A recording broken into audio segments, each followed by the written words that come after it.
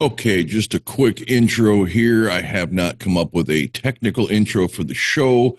This is Strange Ways, a new Kiss centric podcast where you're going to hear me and Scott give our takes on everything Kiss throughout their career. Stay tuned. Check us out for a fresh perspective versus all the other cookie cutter podcasts that all seem to have the same opinion. We offer different takes because we have different opinions. This video is pretty long, but it's getting to know Scott, and we're covering 24 albums here. So if you can't hang in there for one long session, I certainly understand. I encourage you just to keep, pause it, whatever, and just keep coming back and picking up where you left off. Let us know what you think of this. I will be working on production for this. This is just a raw uploaded video. So I hope you enjoy it, and I look forward to hearing what you have to say in the comments. So after this, until next time, thanks for watching. All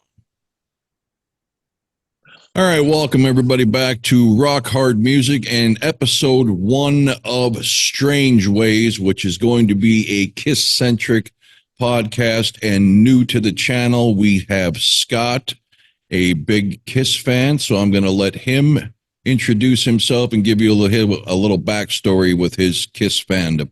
You're up there. All right. It all got started for me when I was just turned 7, basically, right around my birthday, actually, around December of 76. And I had a cousin that came up for the holidays. He lived in Atlanta. And we was all at my grandmother's. So, that's where I got introduced to Kiss, at my grandma's house. He gave me a 8-track of rock and roll. And I just was mesmerized by just looking at the damn guys, dude. And I thought, who the hell is these dudes, man? I mean, are they real? Are they human? Or, what the hell are they, man? And when I put it in, it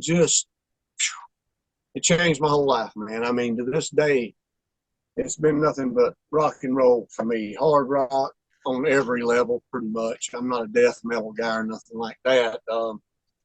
I like some heavy metal, whatever they want to call heavy metal. I don't get too harder than Pantera or, stuff like that. Now, I like their stuff, but it started for me then. He was like 12. I was like just 7. He was the oldest of my cousins on my dad's side. And there was like 6 or 7 of us, and we all just went Kiss Mania. I mean, in the 70s, it's hard to explain to people, what it was really like, especially the younger people that came after that. You can tell them, but you really can't explain it in the moment when you lived it. You just had to be there, So basically, that's where the rock and roll Kiss train and everything started for me, man. And see, that's one thing I try to tell people. I mean, the younger people, like you said, if you're Metallica or Guns N' Roses, say you came in the, 5, 6, 7, 8 years older or younger than we are. Well, you're a couple years older than I am. But the mania for these bands, even Michael Jackson, didn't compare because nobody had ever seen or heard anything like Kiss. And the 70s being a much simpler time, it was just scary. It was, nobody knew. They were considered dangerous and Satanists, and they took the world by storm. I equate it maybe to Elvis and Beatles, maybe not quite on that level, but for, their, just the way they took over the world, it was something that will probably never be seen again. I think they're probably the last band to be able to just capture an entire globe, whether positively or negatively, just being on every magazine, every newspaper article, every news on TV. I mean, you couldn't escape it. No, and that's what I try to tell people, man. They wasn't just the biggest band in the country. They were the biggest band in the world. And from 76 to 79, dude, late 76, rock and roll over to Dynasty. That was it, bro. They cashed in and they were on everything and in everything, dude. Absolutely. All right. Well, Scott has bringing us some fresh blood, and he wants to start this whole thing off with ranking the Kiss albums. Do you want to go worst to first or first to worst? Let's go worst to first, man. We'll do. I'll do one, and then you do yours, and back and forth we'll go, man. That's whatever. You can start it, or I can start it. It doesn't matter. You go ahead. This is your child here. All right, man. We'll start it off with an album that I'm sorry that never really related to me, even when I bought it in '78. Not I bought it, but my mom. The Peter Criss solo album. It never did ever grab me. For some reason, even as a kid, I tried time and time again, and even as I've gotten older, it's an album that I've tried time and time again to just see if I could just take to it, man. And I've just never been able to take to it. I don't know why. I mean, I like Peter's voice. I like his ballads, some of them. Well, I like them all, just different levels. But that style of music, I just was not into, man. It reminded me of old time rock and roll, which back then was like 50s rock and roll. Right. My dad liked stuff like that, tossing and turning and stuff. That just wasn't my cup of tea. So I didn't understand it at 8 years old. I didn't know what, I didn't know what to think. There you go. So that would probably be my least one, I would have to say. See, I think him and Gene's were the biggest shocks to fans.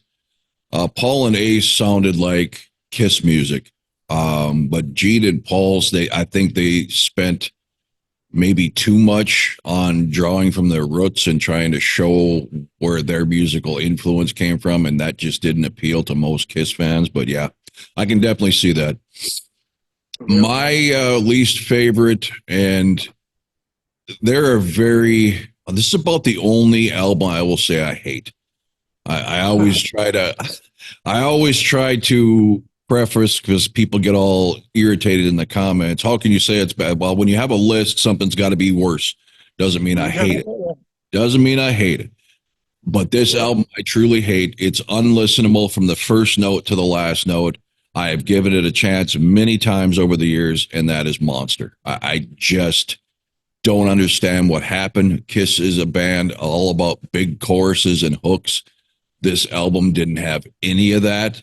It was just lost. The sound production was not good. And I don't think Paul should be responsible for producing an album, as much as a musical genius he is, as far as, vocally. This album had no direction. It did not sound like a Kiss album at all. And even worse, it wasn't even one of those that you could say, like The Elder, oh, it was a bad Kiss album, but it was a good album. The Monster's just a bad album, period, to me. I cannot stand it. Well, I'm on cue with you, brother, because that's my next one. And I'm telling you, you took the words right out of my mouth. And I literally have give this damn album more chances than probably I should have. But this album is so dull to me that I cannot. I don't know, man, what it is, dude. I really don't. It's just, to me, it's just a throw together last edition. Let's put something out and do a last album, do a last tour, or, well, not last tour, but yeah, right. It's just not memorable at all. I can't even, there's 2 tracks on here that I guess I have a small guilty pleasure for, but I still don't ever listen to them. It's The Wall of Sound and The Devil Is Me. And literally and I don't even really like them a lot, but if I'm going to listen to anything on this album, those are the 2 that I would have to pick. Yeah. If somebody said, do you like anything off that? That would be the two, man. And So see, the love I do see on other Kiss podcasts, for those who do like it, they always cite Freak, and I don't understand. I think it's one of the most whiny, downtrodden Paul efforts ever. The verses are kind of catchy. They could be, but then it goes into just I'm a freak. I just don't understand. There's no energy or urgency in this album at all. No, there's not. And they want to try to say that these last two albums they put together, they were going back to their roots and back to the 70s. And, and even heard Paul say in an interview one time, well, it doesn't matter how good this albums are or how good this new album's going to be. It's never going to be Rock and Roll Over. It's never going to be this. It's never going to be that. Yeah, no, it's not, Paul, because it's not as good. I don't give a damn. I mean, you can sit here and make up excuses all you want to, but if you go throw something like that together and expect people to accept it like they did Destroyer, Rock and Roll Over, and the first six, it's just not going to happen, bro, if you don't put the effort in it to make the album. Eric, I don't think they can sing at all. So I'll give Eric this much. He's a good harmonizer in the background. Yeah, Paul tried to push off of both these albums, Sonic Boom and Carnival Souls, Modern Day Delilah, and there's another one off the other album. I forget he's Hallelujah. Yeah. But this is an instant classic. First of all, there's no such thing as an instant classic. But they're trying too hard. And again, other Kiss podcasts, I have a guilty pleasure. I love watching and listening to people talk about Kiss. So I've watched a lot of these podcasts. And the defenders this sounds just like 70s Kiss. I'm like, no, it doesn't, because if it did, I would love it. Yeah. I'm on the same page with you, dude. It's just not, it's just fake to me now. It just don't sound like it's, like you said, man, it's just not thrown together. There wasn't no time to do this. Well, and like you said, Paul's excuses and yeah, well, I'm not going to release the music because everybody just wants to hear Love Gun. Well, what kind of attitude is that? I mean, every band out there is doing either, straight to YouTube single releases with a video or something. The stuff can be done dirt cheap in a home studio now. I mean, it's lazy. It's a cop-out. And to me, it's just a better way of saying I'm out of ideas. Because you can't tell. Yeah, of course it's not going to sell like an album you're comparing it to in the 70s. You were the biggest band in the world in the 70s, and there wasn't millions of bands on streaming services to choose from. But it could still be a good album. It's like they had no regard for their diehard loyals. If they couldn't come out and do something that would take the world by storm, they weren't going to bother. And that's a horseshit attitude for me. And one thing over the years, and I'll let you get to yours, is one thing that I've learned not to do is listen to a damn thing that Gene and Paul say. Oh, hell no. No. The lies, the shit that they have contradicted and lied and went back on. And I think they believe it. I don't even know if they realize they're lying anymore. I mean, you can look at just the quips that they use for 50 years, like Gene Simmons. That's like gymnasium, a big word. I'm like, he's been doing that since the 70s. I think they've told themselves their own truth for so long that they actually believe it. They spout it out just second nature, but they are. I don't listen to. Well, look at Gene came out. All these articles about his Gene Simmons band now that Kiss has done. Oh, there's no rules. We can play anything we want. And then I see the damn set list, 15 songs that might as well have just been the end of the road tour. Yeah, I seen your news clip, man. He says he's making more money doing that than he was with Kiss. Now, who in the fucking right mind is going to even come close to believing that? No, it's unreal. Like I said in the comments to somebody, I think it's just in his mind, he's making more of a percentage of the profit, but the profit is nowhere near. And there's no way any club venue is giving Gene Simmons band 6 figures to play an hour and a half. No way. No way. Not over stadium pay. No way. Okay, so then I'll lap into one you've covered, and my next one is the 78 Peter Criss album. Okay. I hated it as a kid, and when I got the solo albums, I think I was probably 10. I was always playing catch up by a couple albums because I got my first introduction from my older brother when I was 5 to Destroyer. And of course, when I was 5, born in 73, we're already at peak Kiss 78. So I was always buying what's new, going back when I could afford it with, whatever allowance and stuff, getting one that's old. So I never really had an idea of chronological till I got a little older, my, 10, 11 years old. But I hated this. This was like, and I know it's not now going back to it as an adult, but I likened it to country when I was a kid. It was just because it was that drastic from a heavy Kiss sound to country.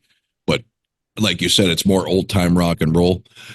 And this might not be a bad Peter album if you didn't know Peter Criss was in Kiss and didn't have Kiss expectations.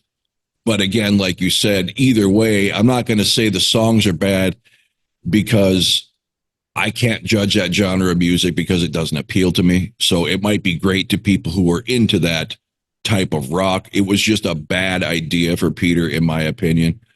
I do, like you said, I have a guilty pleasure on there, and it's Easy Thing. There's just something soulful about that. But again, and I like you. I love Peter's voice, especially Kiss. I love that raspy, heavy screaming, and this is not that. No. Not what we was looking for, brother. Yeah, I can't find what the remake of Tossin' and Turnin's not bad, I mean, it's not bad, and I Can't Stop the Rain. I think that's the one that I kind of liked more than any of them because it was, I could kind of relate a little bit because of Beth, and look, I knew that Peter was going to have a couple of ballads on his album. I mean, anybody probably would have known. I mean, you got Hard Luck Woman, you got Beth, man, Yeah, he's got the voice for it. The production, I don't think, was that bad on it. And no. Another thing, if Kiss just, I don't know, man, with the solo albums, man, they really did hit me sideways because I thought, man, this is a time y'all could have really catapulted because y'all were right at 78. They were in the middle of being on top of the world. They were carrying the flag. And if Gene would have put out God of Thunders and Dr. Love's, man, and all that on his, and Peter would have done Getaways, Black Diamonds, and Strange Ways, man, and throw a ballad or two, man, I'm telling you, them albums, Casablanca, I don't think would have went bankrupt. I really don't. That's valid. And I think Gene, especially being, one of the cornerstones, I mean, they're all cornerstones, but one of the main, controllers like Paul of the band, should have known better because the reason for these solos was the unrest with Ace and Peter. So instead of letting them quit, they had gotten talked into just doing their own solo thing to get it out of their system. So Peter and Gene, I don't know why this was their idea of putting these songs out. Shouldn't you have been trying to unify and strengthen the Kiss name, not going way out in left field? Exactly. And you're going to tell me you did not know when you was in the studio making these albums with these songs and these women backup singers, you didn't know that this was not going to relate to the fucking Kiss fans, bro. I mean, I could go, look, man, we could go on and on about them solo. That could be a whole damn Yes, it could. Yes, it could. I guess I'll go with my, I ain't keeping count. I got a list in front of me. I'm just going down it. Yeah, and we're going to the best, I guess. So everybody should be able to grasp that, maybe. Sonic Boom is going to be my third, I guess, least favorite. Even though, I hypocritically went to all these concerts, man. Even though I slammed them and hated them, and I just went to go to see them, man, just to see how they were doing, and see if they were still good live. And Modern Day Delilah, I have to say, I actually do like that song. I like the song. I'm not crazy about it, but I do like it. I thought it was the best one they could have come out with on this album. And Gene had a couple that I could actually listen to, but I'm an Animal, of course, is a far reach, but I like the punch and the heaviness. It's just the production of this album, man. If it would have been raunchier, grittier, distorted, man, kind of a hotter than hell freaking, it probably could have made a little bit of, but it's still a fake album, just like Monster. It just dangerous. I mean, really, Oh, that's I, brutal. I just can't get over some of these songs, man. All for the Glory. I've never liked. Let's see. Yes, I know nobody's perfect. I hear a lot of people saying that they love that damn song, but I don't. That's one that I don't, man. And that would be my third. I do like it a little better than the other two, just because of probably modern day Delilah, a guilty pleasure, like you said. But that is about as far as my hypocrisy goes on Sonic Boom, bro. Fair enough. Mine, oddly enough, our lists so far are very close. So it seems like we have, at least with our least favorites, we have the same taste going on. I'm sure it will drastically shift later, but my next one is going to be Gene Solo. It had such promise opening with Radioactive. Just an evil visual, even from listening, you just get this evil picture of hell in your mind. I mean, then it gets right into that groove and guitar. His vocals sounded badass. It was just a great song. Burning Up with Fever is okay. See You Tonight's okay, but then he gets into things like Tunnel of Love, True Confessions. Comes back with the Living in Sin, which is kind of a guilty pleasure for me. I enjoyed it except for this stupid phone call in the middle. Yeah, I loved it as a kid, though, man. I mean, Yeah, as a kid, I loved it. Gene could do no wrong when Yep. I was 8 years old, and I even, loved his solo album, which I'll get to it. I'm not going to stretch it out because I still got to get to it too. But I know where you're coming from. I burned Okay. up with fever. I didn't hate. I really See You Tonight. I love, actually, just grown to over time, and I like a couple more on there, but I'll get to that. Again, So, it's not. yeah, It's definitely a better album than Peter's, but it's not a Gene or a Kiss album in my.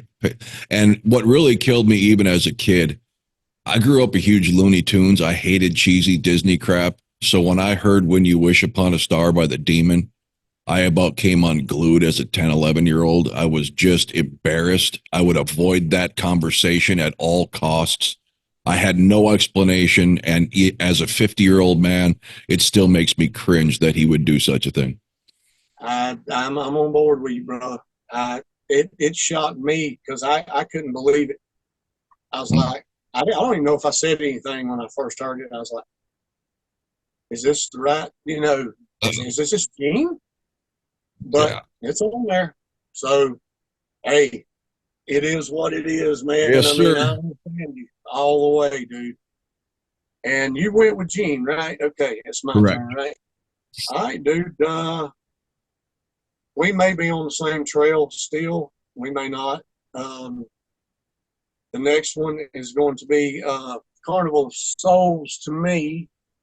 And even though, you know, we're starting to get into some now that I really like some stuff on, but as a collective, I just can't grasp the whole.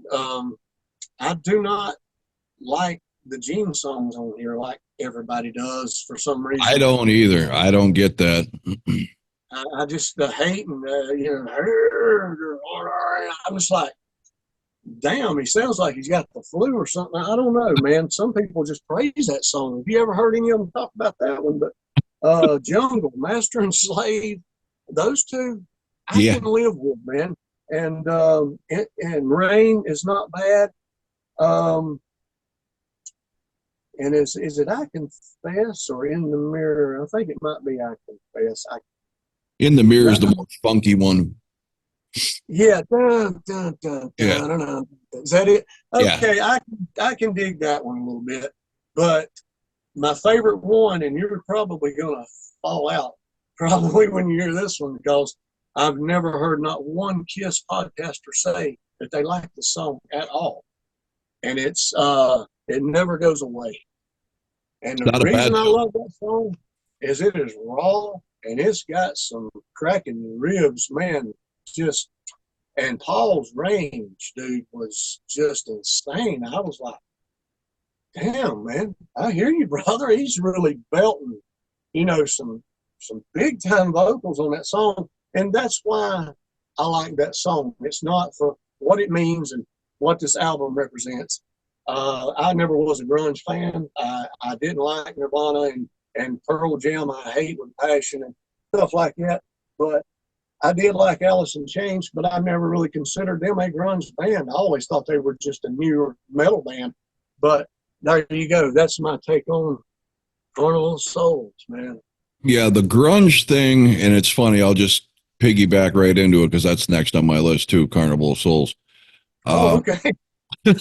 much like you, I like Jungle. I love Master and the Slave. That's one of the most epic Paul screams ever in the middle of that thing. Yeah, yeah. But I think this thing got mistitled even because when this came out, I was maybe, Jesus, early 20s, late teens. I can't remember, somewhere around there. But we had a group of friends. Most of us were hair metal or just straight, hard rock, fans. But there was like a handful that were Metallica, Slayer, and all this stuff, and they got into the grunge. Yeah. And one of them would always make fun of Paul's voice just to get my goat and stuff.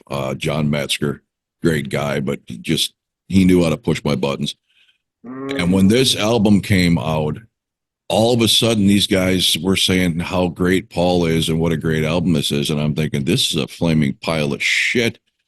Um, and I didn't equate it to grunge as much, more maybe like Stone Temple Pilots. I know they kind of got lapped in there in Alice in Chains. I don't think those were grunge.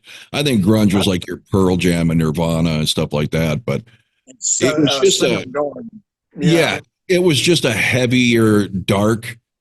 It had the grunge vibe as far as "Woe Is Me" and the lyrics, but the music Yeah. was just a real heavy, dark, Black Sabbathy type feel, and I didn't care for it. And I hear all these podcasters too, like you do, these Kiss podcasts, hate, hate, hate. They're talking. This is Gene's such a strong album, and how Paul was horrible in this album. I'm thinking the exact opposite. It's like I, Gene was trying way too hard to redo Unholy and was going way too heavy and way too twisted. It did nothing for me. I don't mind the ballad for Paul's son, just because you can hear his emotion for him on there. And the Bruce Kulick, I Walk Alone, inspired me actually to go out and buy an Ebo for my guitar. yeah, I don't hate that. I actually kind of like that one too, man. I Yeah. like the harmonizing that Gene and Paul Yeah. do. At the And end, yes. Yeah, that, if anything, sounded like old 70s Kiss. It was the end of that song. exactly, You had the classic exactly. Paul and Gene harmony. Okay, Love you're it. up. All right. Okay, now this one right here, I'm sure is probably going to get took the wrong way from maybe you and maybe the whole damn world out here, but it's just where it stands for me, bro. Kiss Revenge is my next one, and I'll explain myself because I just I just don't get why this album is held in such high regard. Now, I can take it a little bit. Yeah, they put out, Crazy Nights and Hot Hot in in the the Shade. Shade. The trifecta is what I call it because in the Dynasty and Unmasked and then of course the Elder, and then here comes Creatures of the Night. Well, you had these before this, and then here they come with a heavier punch, but I'm not even putting this in the same realm as Crazy Night. I mean, it's Creatures of the Night, but No. Holy, I love the song. I've got nothing against Unholy. I think it's badass. I like the video. I like what they were doing, man. I was on the same train with everybody else when it first came out. I'm like, okay, this is a breath of fresh air, thank God. And I get it. And actually, my favorite song on it for a long time was Take It Off. It was a Paul song, not a Gene song, even though I loved Unholy, but it's not anymore. That's been 92, 93. The tour was fantastic, and the loudest concert I've ever seen in my damn life. I mean, literally, I thought my ears. They're not the same again since that. They were playing smaller venues at the time, and I've seen them at the Greenville Memorial Auditorium now on this tour, and they had to be stacking in the same stuff and amps as they was the Charlotte Coliseum. And literally, I mean, I literally through that concert, I could see things out of the corner of my eye. I was right up front too, right in front of the freaking amps, just back in general mission, man. Thank God, you know. And we were all standing the whole time like this, and it was just about to. I was cringing the whole time. It was so loud and just like wind blowing all the time. It was hitting us right in the face, and I could literally see stuff falling here and there. You know, like, damn, is the building going to come down on us or what? Damn, man. I mean, it was torture, but it was wonderful. The sound was great. But the songs, the only songs that I really took to on this is Unholy, Take It Off, Thou Shalt Not, and Paralyzed. Those are my picks for this album right here that I think are absolutely awesome. But the rest of it, I don't get, man. I guess a lot of people do, and that's fine. But that's my take on Revenge. I love it. I think it sounds pretty good. I mean, the production, Bob Ezrin, yeah, I think he got some redemption with this. But the songs are not, to me, as good as I feel like they should be, with the exception of those four. There you go. That's my take on that one. Okay, we got 8 minutes before I'm going to have to restart this, so I will quickly throw out one because you've already covered it, so I don't have to add a lot, and that would be Sonic Boom. Okay. You mentioned Modern Day Delilah, and that's the one Paul just seems to think is, you know, the greatest thing since the Beatles. I'll say this. I love the verses. I don't like the chorus. The chorus becomes a little whiny for me. Russian Roulette, surprisingly, was a very strong song from Gene on this for me.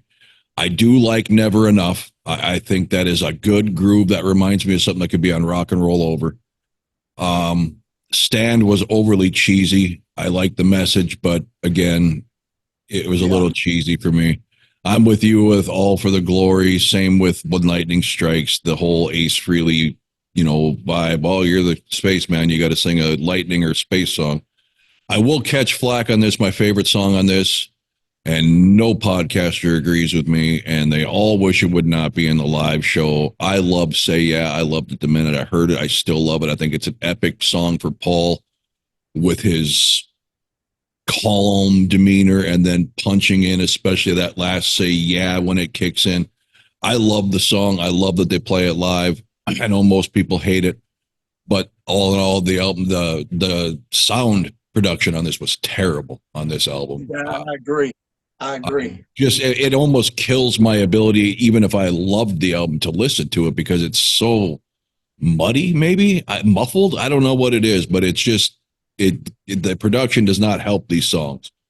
No, it doesn't. I agree with you. And look, I'll defend Say Yeah. I like it. I like how he does it live, and I love the echo. Yeah. In it.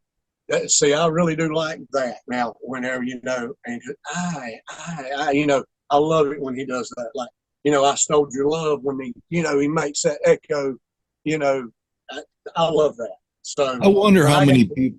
I wonder how many people's minds would change about it being live in the set if Paul's voice could sound like it did in the studio live, like it used to. In the early 2000s before he started having the throat issues.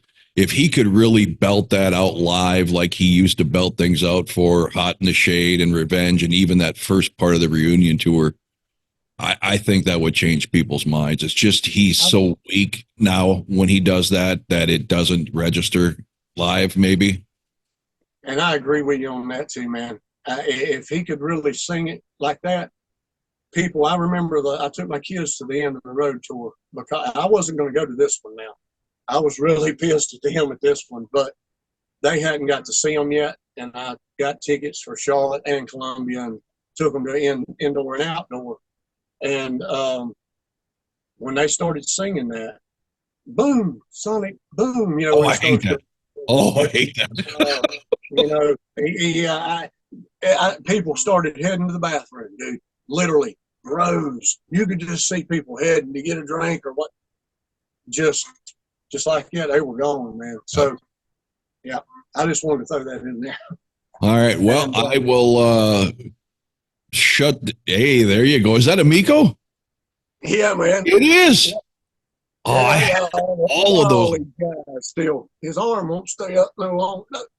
Man, I had all of those as a kid, and I just destroyed them. Man, I've somehow been able to hang on to them. I don't know how. I got tons of stuff, but I used to have tons of stuff, dude. And like you said, man, growing up, if you could have just took care of that stuff, man. Well, there was no such thing as collecting back in the 70s. There just wasn't. No. Hell, I was a kid. Yep.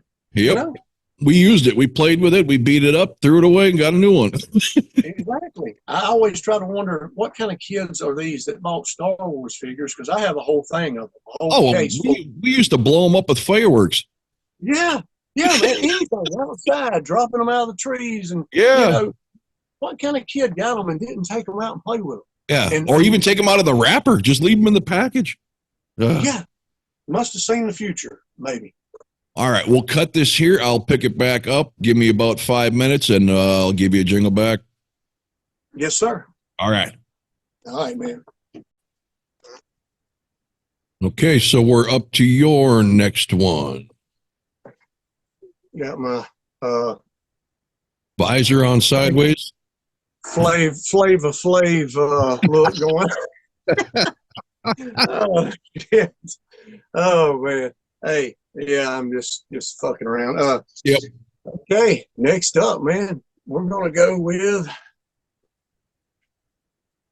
Hot in the Shade, man. That would be my next one. You know, a lot of people don't really have this above Revenge, but I actually like some songs on this album, and it's not the ones that people would actually think. I like Prisoner of Love pretty good. I like I don't like Boomerang. And I can't stand Forever. You know, a lot of people love that, but I just cannot stand that song. I mean, when I seen this concert, seen it a couple of times, I will give them credit, brother. This was the best non-makeup concert they've ever done. Absolutely. And I'm telling you right now, man, it was absolutely just, I couldn't believe it, because, see, my first time seeing them was Animalized. And I've seen them ever since. I ain't missed them since then. And when they come out with this, I really loved the stage. I loved the Leon in the background, and when it broke down and the Kiss sign came up, man, it was doing Love Gun or something. I can't remember the song, I Want You or something. Dude, it just, man, they've done a perfect show. I will say that. Eric Carr is my favorite drummer in Kiss. I mean, my favorite drummer is Peter Criss by far, but in my opinion, Eric Carr is the best drummer that they've ever seen. And I'm telling you, that guy, he would rattle your cage live.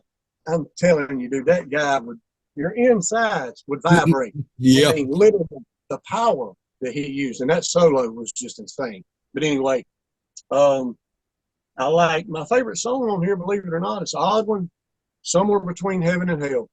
I love how it starts out. I do like it. That's a Gene song on here. What made me put this one where I put it? It would actually have been higher if the production on this thing would have been worth spitting on. I like Rise to It. I do. I don't like the little bluesy thing before. It's a copycat. There you go. Just Tesla kind of Cinderella-ish, you know, whatever. But I do like the song, and I just thought, man, if they would have actually put some real production with this album, and of course cut it in half, you know, Too they many. probably could have made a real decent album out of this. That's my take on that one. Hot and shade. It's a good take. My next one is one you have covered. No, you haven't. Psycho Circus. This one I've got mixed feelings on, and I've had mixed feelings on since I got it. I was so jazzed and excited, like everybody else. The four original members were going to do an album, all the broken promises that they had. Probably the greatest album opener in the entire Kiss catalog, Psycho Circus. In my opinion, should be the opener, should have been the opener since they released the song. I don't like Detroit Rock City as an opener. It's too passe, that intro. Psycho Circus, perfect. You got the big explosion, the scream, welcome to the show. I mean, the whole song screams opener. Love the song. I do like Within, oddly enough, being it's kind of, I don't want to say grunge, but it's less of a Kiss song and more of a heavier rock song. I think I can't get past I Pledge Allegiance to the State of Rock and Roll. The title itself is so damn cheesy. I think that tainted the song before I ever heard it. Ace's typical Into the Void space crap. Weak song. We Are One I like. It's a good melodic, battle cry maybe for them and the fans. You Wanted the Best, another stupid song for me. I love the idea of everybody having lines, but it's just my favorite on this one, other than Psycho Circus, has always been Raise Your Glasses. I absolutely love that song. You don't like it? This is what I was hoping for. Pushback. I'm guilty for liking it when it come out. No shit. So yeah. Yeah, but to me, it's a good. And if you want to count the In Your Face, which other podcasters, Cicchini, seem to think that this is the greatest song Kiss never released. I absolutely disagree. The greatest song Kiss never released is one they gave to a band called Bonfire, called Sword in the Stone. I know, man. Damn. I can't believe they did that. That was a huge mistake, but that's another topic for another show. It's a decent album. It is. It's a decent album. I just, of course, when you find out years later that it really wasn't even Ace and Peter, and then people are surprised, and I'm thinking, well, look at Unmasked, look at Dynasty. It's nothing. Exactly. It's nothing new. Kiss's whole career has been Paul Gene and studio musicians, so I mean, it is what it is. But I like the album. It just didn't live up to the hype for me. Okay. Well, hey, I'll just jump in, man, because Psycho Circus is next, bro. Hey, man, look, you like the opener for Psycho Circus, and I love the song. It's my favorite song on the album. Of course, I mean, it's just bombastic. The production is really not bad on this album. It actually sounds good, I think. I like Within. I ain't crazy about the guitar solo, but I love the song. I'm a fan of We Are One. I've always liked the punch and the grit of that song, man. I'm a guilty pleasure of Dreaming and Journey of 1,000 Years too, man. I just like the way Paul sings Dreaming, and it sounds like something that's not staged. It sounds like something that's not a battle cry or a anthem or something, a rock and roll all night or whatever. It sounds like a real song, man, and it's got some good jam to it. Journey of 1,000 Years is something that could have been and probably should have been like on Gene's solo album, but a lot heavier. And his screams in that really shows you what kind of range Gene has if he wants to do it, man. And the rest of it, though, the worst piece of shit ballad that's ever been put on wax and everything on the planet. I just ain't got words for that. But I'm going to tell you what would have changed this album. It would have probably been 10 plus higher for me if they would have put In Your Face on here and took off Into the fucking Void. My God, man.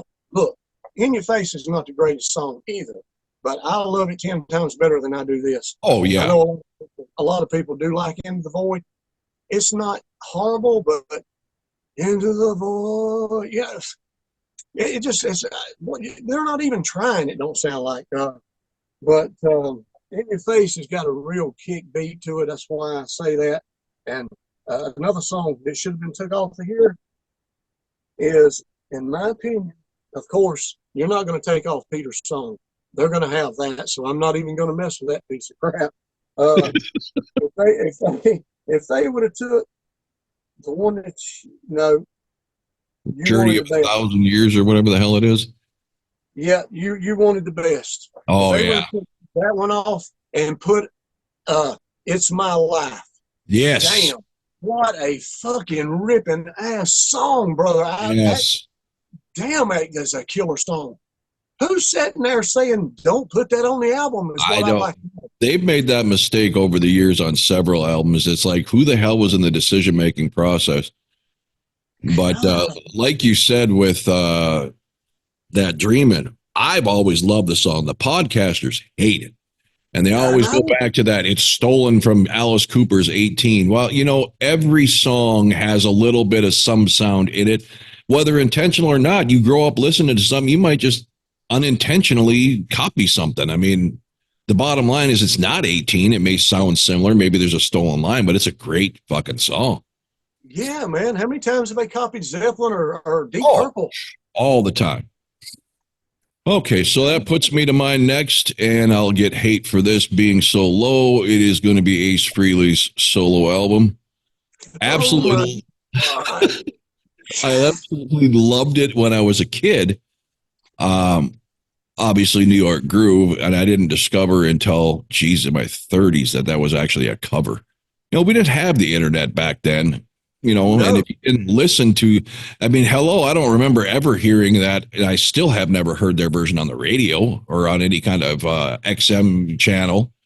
So it was an Ace Frehley song, and it was awesome. And I loved Rip It Out. Speeding Back to My Baby is one of the most underrated Frehley songs, I think. Yeah. I thought Wiped Out was hilarious just because it was laugh in the middle, in the beginning of it. But yeah, other than that, it's kind of a real, you could tell it's made by a stoner, right? I mean, it's just with Snowblind, Ozone. What's on Your Mind's pretty cool. And I'm in Need of Love. It's all just kind of whiny, dreary. As a kid, I loved it because everything kissed. They could have took it as shit on the sidewalk, and I'd have said it's the best shit ever. Me too. Me too. And the Fractured Mirror, well, it is a cool instrumental. I've just never been an instrumental guy. I need words, even if I don't understand them. I need something to sing along or hum along to. But it's definitely the second best solo album, but not nearly as good as most Kiss fans put it. I could say I agree with you, but I have to agree to disagree on that one. Good. That's good. That's what makes us what we are, dude. Mm-hmm. All right, man. My next one is Crazy Nights. Jesus. It had to be coming along somewhere. But unfortunately, this used to be a lot lower for me, man. This was below Sonic Boom and Monster, I think, last time. Getting better with age. Yeah, it's been a while. I've really started listening to this again, and because I remember when it came out, like you said, I was 17, give or take, something like that, and I listened to it all the time, and I always tried to give them a chance, regardless, because that's my band, and I've got to find something good about this somehow, some way. The show was okay, but nothing to brag about. And Crazy Nights, I can live with it. I can live with the song. It's just, Kiss has a problem of repetition in their songs, man, that, okay, we got it, just damn, dude, shout it out loud. Crazy, Crazy Nights. What the fuck, man? I mean, I can live with it, man. It's not my favorite by far. But believe it or not, I am a guilty pleasure of Fight Hell to Hold You. And oh, yeah. I hate Bang Bang You and No No No and When Your Walls Come Down, if they would have set them on fire somewhere and left them, I would have been happy probably with this album. But I do like My Way. Mm-hmm. There you go. I mean, I have a guilty pleasure of that. And my favorite song on here is Thief in the Night. And I don't think I've ever heard anybody say that, but it actually has really got some punch to it. And Gene's got that echo coming off, man. And I mean, they're really rocking the hell out of that song, dude. Good Girl Gone Bad. I can do without it. Sounds like something that should have been on Animalize. Yeah. But I do love Reason to Live, man. Me too. I'm a guilty pleasure of that one. I'm 50-50 on this album. I really do like a lot of the material on here. I think if it could have been a little raunchier of a production, but if you've ever noticed about Kiss, now, I know a lot of people do, but I don't hear too many of them saying it. Kiss is always 5 miles behind or 3 or 4 years behind on things, man. I mean, they're putting out I Was Made for Loving You in 1979. They should have put that out in 1977. Okay, yeah. This was gone by the time 1980 hits. It's history. I ain't even heard from it since then. All right, okay.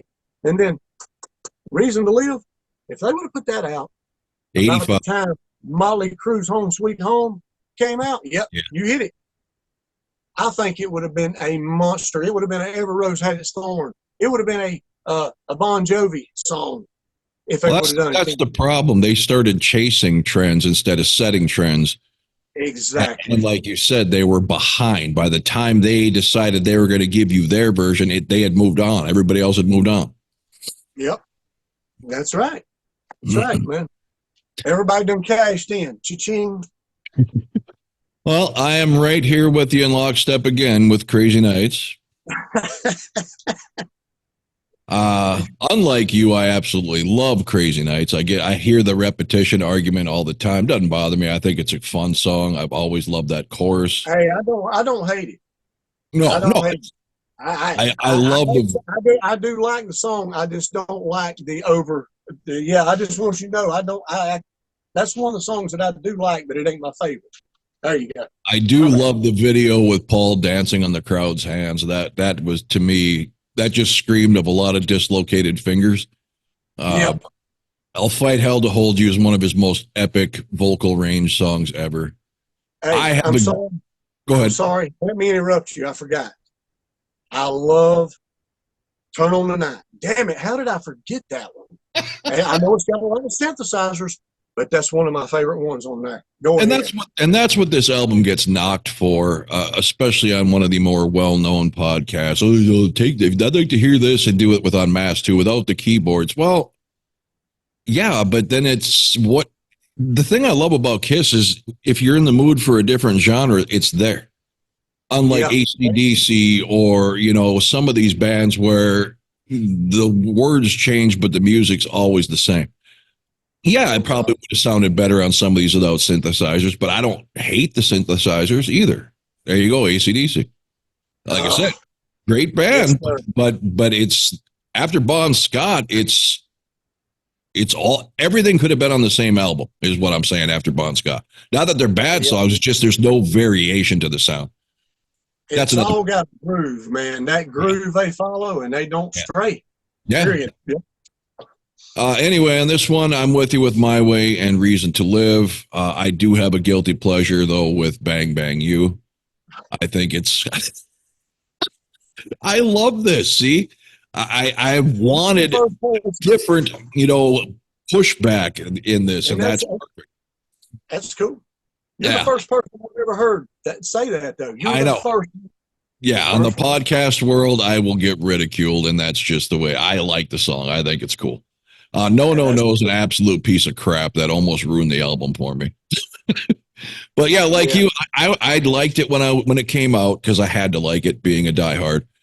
Exactly. And forced myself to find things other than Crazy Nights to listen to. And as I get older, it gets better and better as, I guess, my tastes mature or something. I don't know. Yeah. Okay, you're up. All right, man. we're going to jump off into my first time seeing them live. It is Animalize. Will be next. We're climbing the ladder, guys. But this is an album that kind of got lost in the category for me. Because some of these albums, man, I haven't sit down and listened to in a long time. I mean, literally from front to back. Now I'm talking, just to sit and listen to. I just almost forgot how great this album was starting off. Mm-hmm. I mean, literally, I had enough into the fire, man. Get the hell out of here. That should have been his staple in their shows. And even back with the Animalized concert on MTV, they never played that. Never. Wow. What's wrong with you guys, man? Okay, Mark St. John, he added a different element to the band. His guitar sound was different. He was a different guitarist, man. I mean, but, did you get to see him live? No, I did not. Okay. Bruce Kulick was already with them, man. Okay. When they came. Yep.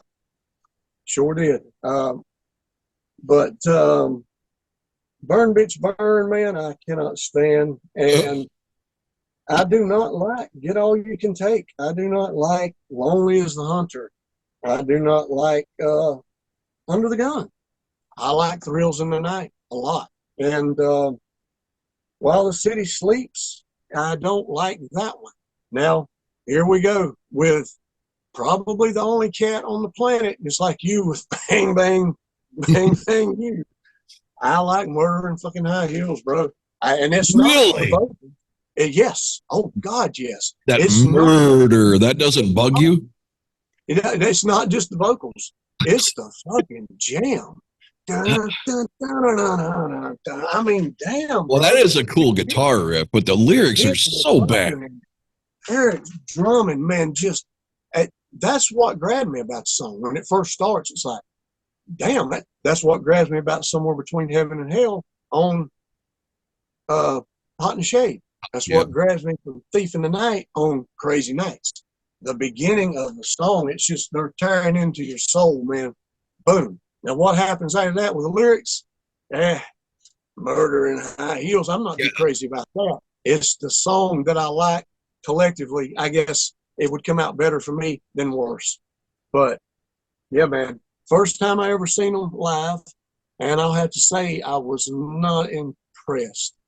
We'll get on to that later, though. Yeah, absolutely. Your first show, we'll cover that, because for your first show not being impressed is weird for Kiss. I mean, I know the stage wasn't phenomenal, but we'll get to that on another podcast, the concerts. Absolutely, man. Oh, okay. I got it. Okay, well, the next one I'm going to get hate, and even more hate. And you got to hear me out for my reasons. And it is the debut album, Kiss. Look at your head go down. Now, keep in mind, this is not about the songs. This is about how slow they play them. Now, keep in mind, when I first got introduced, they were in polished peak form Destroyer. That was my first album. Okay. And I went forward before I went back. And when I went back, I'm like, the old phonograph, they had 33, 45, and 78, but some of them had 16. Slow it down even further than an LP. And I was like, why? Because I heard Alive before I heard this album, which is basically most of the Alive soundtrack. And so I'm used to Nothing to Lose, just banging and Deuce and all these songs, Firehouse, just, Strutter. And then I hear this like in slow motion, and the production was so bad. And even as a kid, it would drive me nuts, and I'd almost scrape the needle at the end to get past that 4-minute ending of Black Diamond. Just no point to it whatsoever. Love Theme from Kiss is an absolute pile of crap.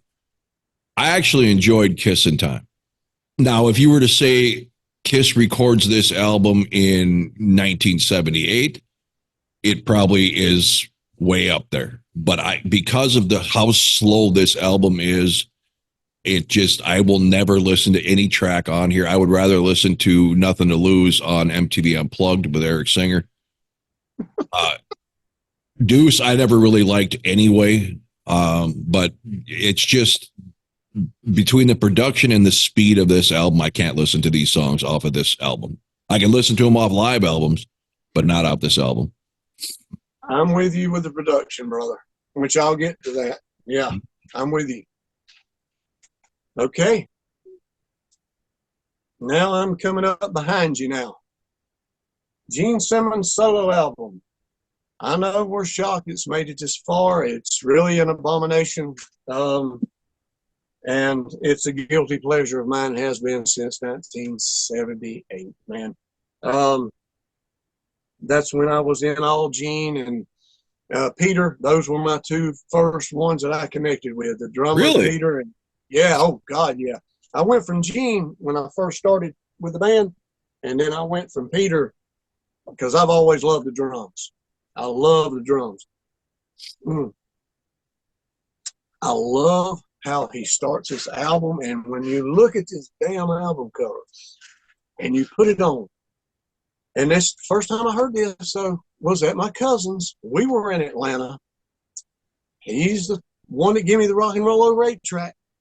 He had this album. I'm in his room. I put it on. He puts a damn strobe light on. Okay? And it starts, golly, you think that Demons is fixing to come through the speakers, man, and, you know, Ozzy might come out or whatever, you know.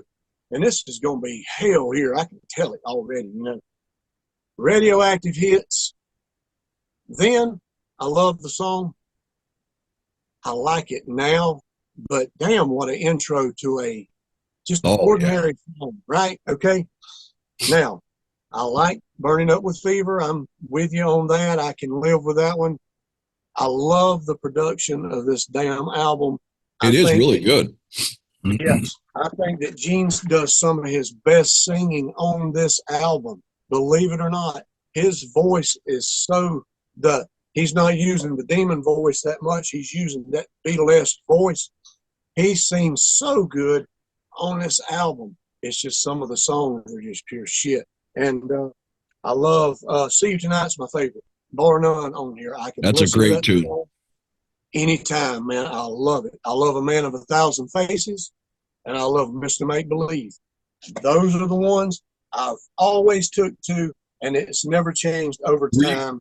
Were you a Beatles fan? Huh? Were you a Beatles fan? Not really. Because those tracks you just listed, those three tracks are very Beatlesque. Exactly. You're absolutely right. I just never liked the production of the Beatles albums. No, it's. I don't know if it was time frame or what, but the technology was. That's what it is. You're right. I mean, I don't hate them. No, I love a lot of stuff they done and a lot of the remakes, but I just love the way Gene performs on those songs. But wrong time, wrong place, and definitely if you're going to stay on top of the world, which we'll get into this later too. Even though his and Peter's solo album was horrible, they didn't lose the top of the world fame with these solo albums. No. That came just a little bit later. You know, he should have released that solo album instead of that asshole one in the that piece of garbage he put out. This one would have been much more well received in that time frame. Yes, that was an abomination. Yeah, that was absolutely. And I tell you, I'm glad you're putting those CDs up because we got Lewis, and you'll learn who he is. A regular commenter. I've seen the guy, man, with the glasses that you wear. Yeah, and he's always griping at me that I should be putting album covers and stuff up, and I tell him it's a lot of editing afterwards. With the Zoom ones, when me and Darren are doing our hair metal stuff, I can do that on my solo ones because I can just pop it up on my screen. But on Zoom, I can't do that. At least not that I've been able to figure out. Oh, really? Okay. So I'd have to go through and insert it on a time mark, watch the video again, insert. There is a way to share screen and do a whiteboard, but it puts my camera views of us so small. I don't know. I'm not a YouTube or a Zoom expert, so anyway, not a big deal. Okay. Do you want me to do that? Absolutely. I mean, I love. Okay. Okay. Do what? Put the covers up. Oh yeah, you've been doing it the whole time. That's what I love. Okay. Okay. I was just making sure, man. All right. Oh Cool. yeah. I Yeah. don't. I've made so many mistakes in my life, and giving away, not selling, giving away to a buddy of mine my Kiss collection for albums was one of the biggest mistakes I ever made. So yeah, I don't have the physical copies to be holding up, and that the fact that you've been doing it is just awesome. I've got all of them. Yeah, man. That's All cool. right. So the That's next cool. one being is how it was your first album. I'm going to get the head drop on this one is Rock and Roll Over. It's going to come here for me. This one I gets a lot of. This, Way. I said we were really lockstep on the Yeah, worst. yeah, But you're right. it's going to You're get. right. There's going to be separators here. There's I always don't. going to be that, man. Yeah, I don't hate this album at all. I just don't. If I'm going to make a Kiss compilation, just looking at the track listing here, I'll probably put "I Want You" on there, and that's it. Really. And it's not that I mean, Making love. Oh my God. okay, that one bothers me more than anything. I like Alive 2's version. No way. Yes, I do not like the way he sings it. You want to talk about repetition of Crazy Nights? That making love, love, love. It's just, it just won't stop. But ladies' room never been crazy about that kind of repetition. You don't like. I got you. Okay, I like that echoey repetition. Okay, I got you. I see where you're coming from. I got you. Baby Driver. As much as I love Peter, is not a great song by him for me. I do like Take Me and Mr. Speed and Hard Luck Woman and I like Love 'Em and Leave 'Em and See You in Your Dreams, but I love See You in Your Dreams more than any Gene song on here because of the echo Paul gives. I don't know if you're going to explode with anger or if you got something positive to say. I see the veins in your arms popping and that's scary. Dr. Love, man. That's the first thing I ever heard by them, and that's what pulled me in, Dr. Love. God, Ace's solo. Oh, I'm just having a hard time believing this, man. But hey, we are who we are, man. You know, you like what you like. I don't hate anything on here. It's just these are not songs I would purposely listen to on a regular basis. And that's where viewers need to just chill out. Nothing on here do I hate except for Monster. All right. Everything else is just least likely for me to play is the way I judge things. So this is still pretty high up here, when you consider how far we are. So not a bad album. I like the album. I love the cover, iconic cover, but these are not songs I grab on a regular basis. Yeah, it just don't grab you like it does other people. I got you, man. All right. You got 7 minutes to do your next pick. The Paul Stanley solo album. Now you first time crushed my soul. And I'll explain why, because look, I love this album. I really do. But I'm going to be honest. This is probably the worst produced album I've ever heard in my damn life. Production. Literally. I think Hot and Shade is produced better than this damn thing. What the hell, man? It's flat. I mean, it's so flat. Love and Chain. Well, there's no sound. There's nothing cohesive about some of these songs. But, and that can really hurt an album too. Damn right it does, man. It's hurt quite a few of theirs. But I do love Tonight You Belong to Me, but the intro is just a little too damn slow for me. Yeah. If they'd have picked that up just a little bit, kind of like I Want You in the Morning, I Raise just a little bit. God dang. Right. But I love the song. But I am not crazy at all about Move On. What is it with these solo albums and fucking female freaking singers? All right. And then we got my favorite song is It's All Right. I think that love that song to finish. Mm-hmm. I love Wouldn't You Like to Know Me? Yes. I love Goodbye. A lot of people hate that damn song, but I I don't. don't I think, understand that. and I love "Together as One." Thank you. I have Where he never heard used to sing, anybody mention that.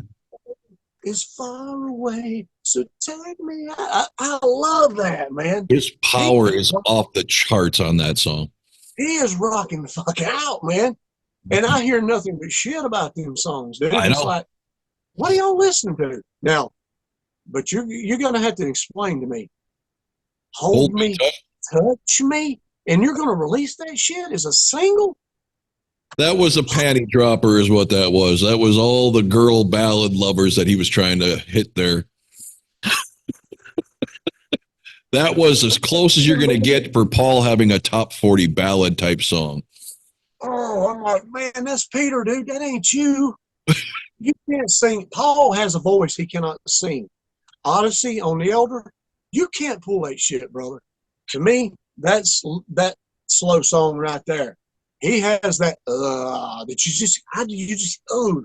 But But you know anyway, what? On the other hand, he's got It Ain't Quite Right on there, which is awesome because he uses his power.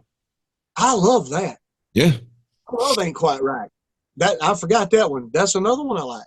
Most of that album kills for me. The production stomps it, man. It stomps it so bad. And it's like, man, Peter and Gene got better freaking production than you did in Ace. To me, that's the worst produced solo album out of all of them right there. That's just my opinion. There you go. Worse produced than Hotter Than Hell. Oh no! Whoa. Wait a minute now. Oh, you Hey, said out of the solo albums, worst produced. yes. Okay. Yeah, Okay. I think Gene and Peter and Aces are produced better Okay. than this one. Okay. Gotcha. That's All right. my Well, we'll shut her down and I'll pick her back up shortly. got you, bro. All right.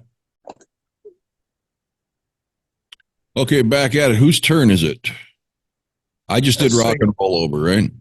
I just done Paul Stanley solo. Oh, that's right. You just crushed my soul.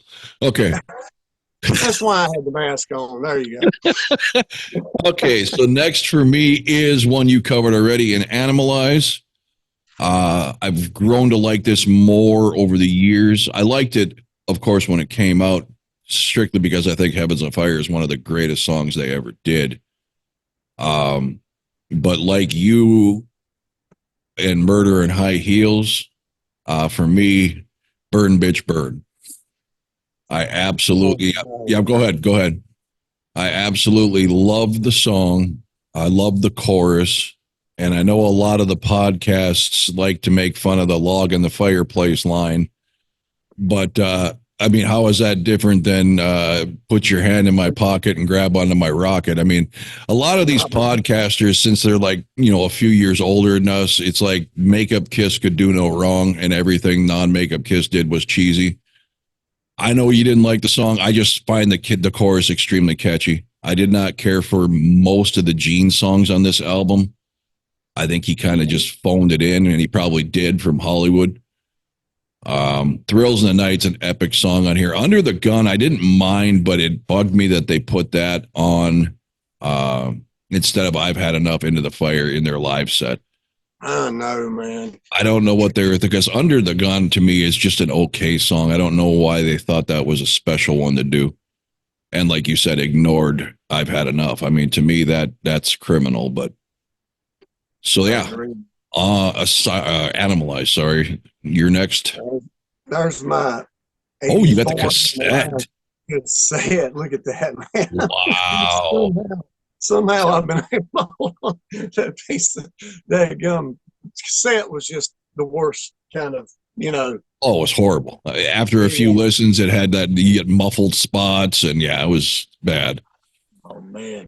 All right. My next is Music from the Elder, which unfortunately I used to not like at all, to be honest with you. When I first heard it, this is the only CD, record, whatever, that they put out that I did not buy whenever it came out, because when I started buying, yeah, man, I just didn't know. I didn't know. I looked at it and I was like, what the fuck? I bought everything up until then. I bought Love Gun New, Double Platinum, Alive 2, on and on and on. And then when it got to this, after Unmasked, I seen it in the music store and I just looked at it like,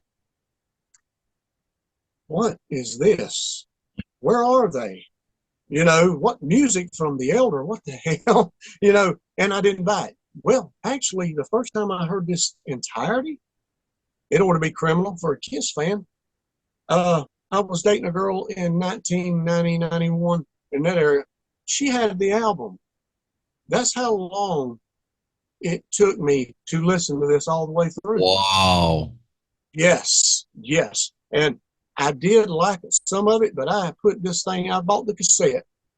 This was after me and her broke up. I bought the cassette.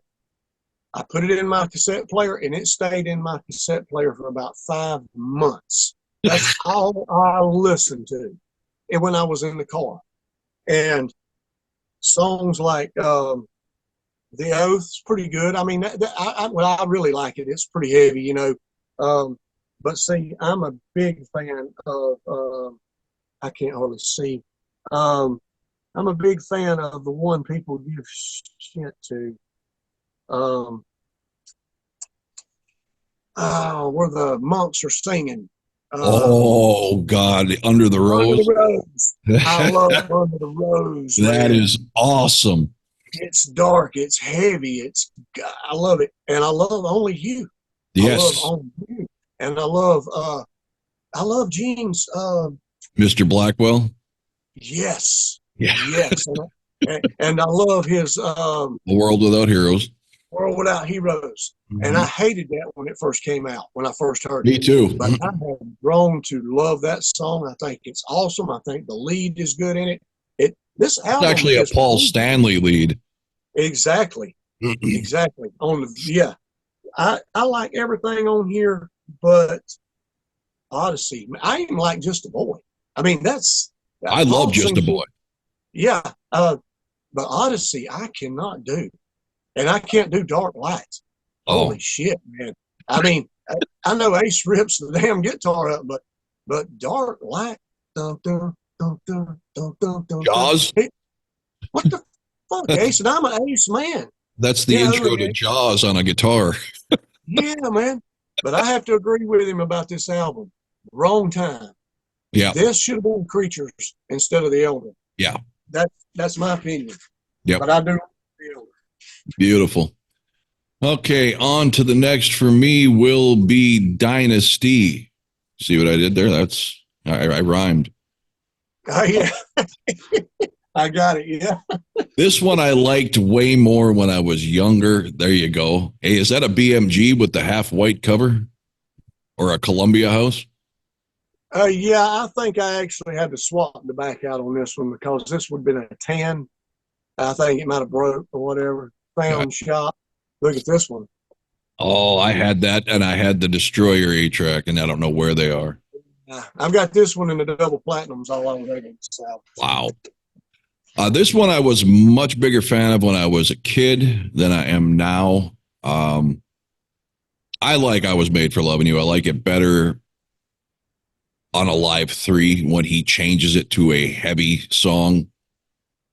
I think that should be something they could release like they did, Rock and Roll Night off Alive 1. They should have released I Was Made for Love, re-released it with that Alive 3. The way he completely changes it from that disco-y sound to a heavy, raspy voice, it just makes it sound mean. Dirty Livin', extremely underrated. Absolutely love that song. Charisma might be one of Gene's best makeup songs ever. I think that should have been maybe not a mainstay, but featured well past, at least put in every other tour or something. Love Magic Touch. Save Your Love, I Can't Stand. And 2000 Man, it just depends on my mood, depends on the day. It's a good song, but some days I just can't listen to it. Sure Know Something's good. I mean, it's a really solid album. Nobody really lacks. I mean, what Ace lacks to me in Save Your Love, he makes up for in 2000 Man. So was there ever a copy of the Rolling Stones doing it? I'll be honest with you. Every song that Kiss has done, I never knew was a remake. I didn't know 2000 Man. I don't know if it was a remake or just a song Keith Richards wrote, didn't use, and Ace grabbed it. I don't know. If they have, I've never heard it to this day. Okay. I've never heard it, and I'm not a big Stones fan, though. Me either, but that's why I don't know. So I don't know, bro. Okay, you're up. All right. I agree with a lot of what you said, though, on Dynasty and some. Yeah, I'll get to that. But Yep. next up for me, Asylum. And I tell you, man, I struggled with about from here up, man, was really tough. This is, in my opinion, oh man, with the exception of the Lick It Up, the best non-makeup album. That's my opinion. It is. But I love this album. I love King of the Mountain. Great opener, man. Any way you slice it, I love. Now, I don't get into the songs that much, but I don't hate it. Who Wants to Be Lonely? I'm not crazy about that. Even on Hot in the Shade. What is it?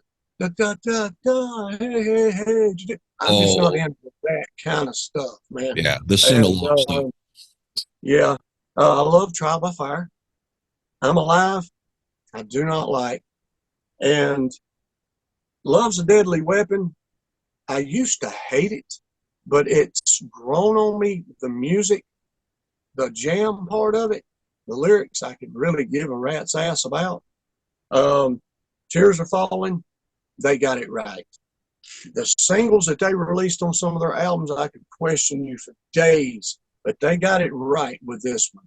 Yeah. Tears Are Falling is fucking awesome, and it is a song that they can play live and make it sound damn near like this freaking CD. Heaven's on Fire, Lick It Up. They ain't been able to play them damn songs live since they made them, and it even come close to what it sounds like on the damn CD. And I don't understand. Man, those got to be the simplest songs they've ever done. Don't even have a solo in them, for God's sake. Yeah, but they have to put that stupid Who thing in the middle of the damn Lick It Up all the time, and that drives me nuts. I know, man. But they nailed this song when they play it. I think it ought to be a staple in every damn show. That's my opinion. Secretly Cruel, I don't really care for, never have. But I don't hate it, but it's just a throwaway track for me. Radar for Love, but All Night, cheesy as hell. I love the jam. I love the riff, and I've always loved that song. That's my Asylum. All Great right. album. And, yep. You redeemed yourself for your Paul Stanley slight on the solo album. Okay. Always, it does now. I can see what you're saying. It's going to get a hell of a lot tougher. I struggled last night putting the order of the top 5 in here for me. The hardest thing I've done, I think, in a while, I thought, oh, hell, this is going to be a piece of cake, man. I've been doing this for 3 days. You know, and it could change next week, though. I mean, that's the thing. I love everything going forward, really. Oh, yeah, man. It is what it is. Somebody's got to be in a certain place on a certain day, and this is just the way it's fallen. Go ahead. I can do anything. That's up to you. All right. Well, I'm going to go Dress to Kill here. An album I didn't listen to a lot when I was younger, but I've really come on strong with in the last couple years. It's got this must be real high on your rating. This one I absolutely think one of Peter's best songs, if not the best song in Getaway. I love Come On and Love Me. It's one of the greatest lyrical jobs that Kiss has ever done. Rock Bottom to me should have always been in the set list from the 70s to the end of the road. Don't understand why that thing was crapped on and forgotten about after the mid 70s. Actually, what everybody complains about podcasters, I like Anything for My Baby. I like that song. It's got a fun groove to it. Of course, Rock and Roll All Night, legendary. I just don't want to hear it ever again, but that's just overplay. I love the album. I really do. It just comes down to what I listen to most for my rankings from here on out. Exactly. You're right. You're right. Love Her All I Can is one of my favorite songs by them. Yes. I mean, just the harmonizing. I love the songs that they done that in. Yep. Yep. Okay, on to you. I am going with, and I don't know if you've gotten to this one yet, but this is one real guilty pleasure for me, and it's stuck to me since it came out. And that would be, well, I didn't show the album. That was the Asylum. I meant to grab the album for that one. But here we go. Where are you at? I want to get the album for this. Right here it is. Yes. Unmasked, brother. Unmasked. All the way, man. I've always liked this album, dude. I don't know why, but now I would say the production could have used some heavier, I'd love to hear this thing produced with no keyboards and something like Rock and Roll Over, even Hotter Than Hell. Could you imagine the sound of some of these songs? But look, Is That You? I've always loved that damn song. People shit on it, and I don't know why. I don't think it sings the hell out of it. Now, that's just me. Easy As It Seems, I love that song, keyboards and all. Naked City fucking rules. I don't care what anybody says. Gene kicks more ass, and whoever wrote that song, that's great. That song, great, man. Epic song. And Shandy, I did not like for a long time, but it's grew on me over time. But it's not my favorite, but I still do like it. She's So European, but I love the jam on it. I love the music of She's So European.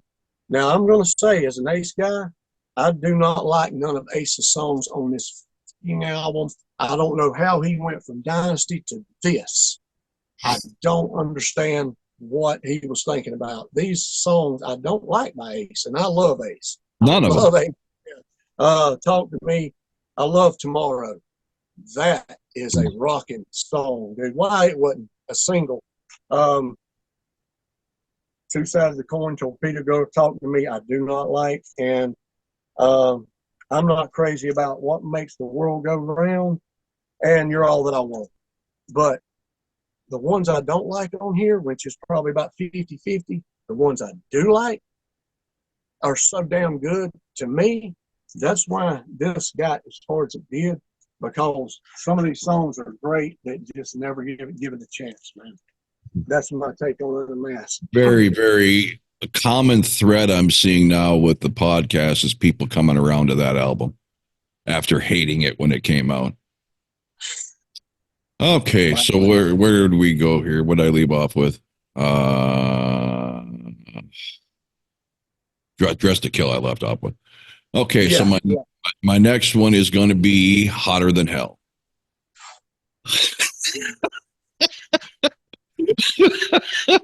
Again, I love all of these albums coming up. It's just this one is a lot like the first album for me. It's the tempo of the recordings that hold it back.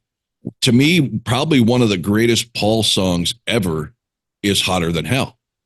And it should have been in every show like Rock Bottom. But on this album, it's so slow. It was one of the happier moments on Sonic Boom of the songs they re-recorded.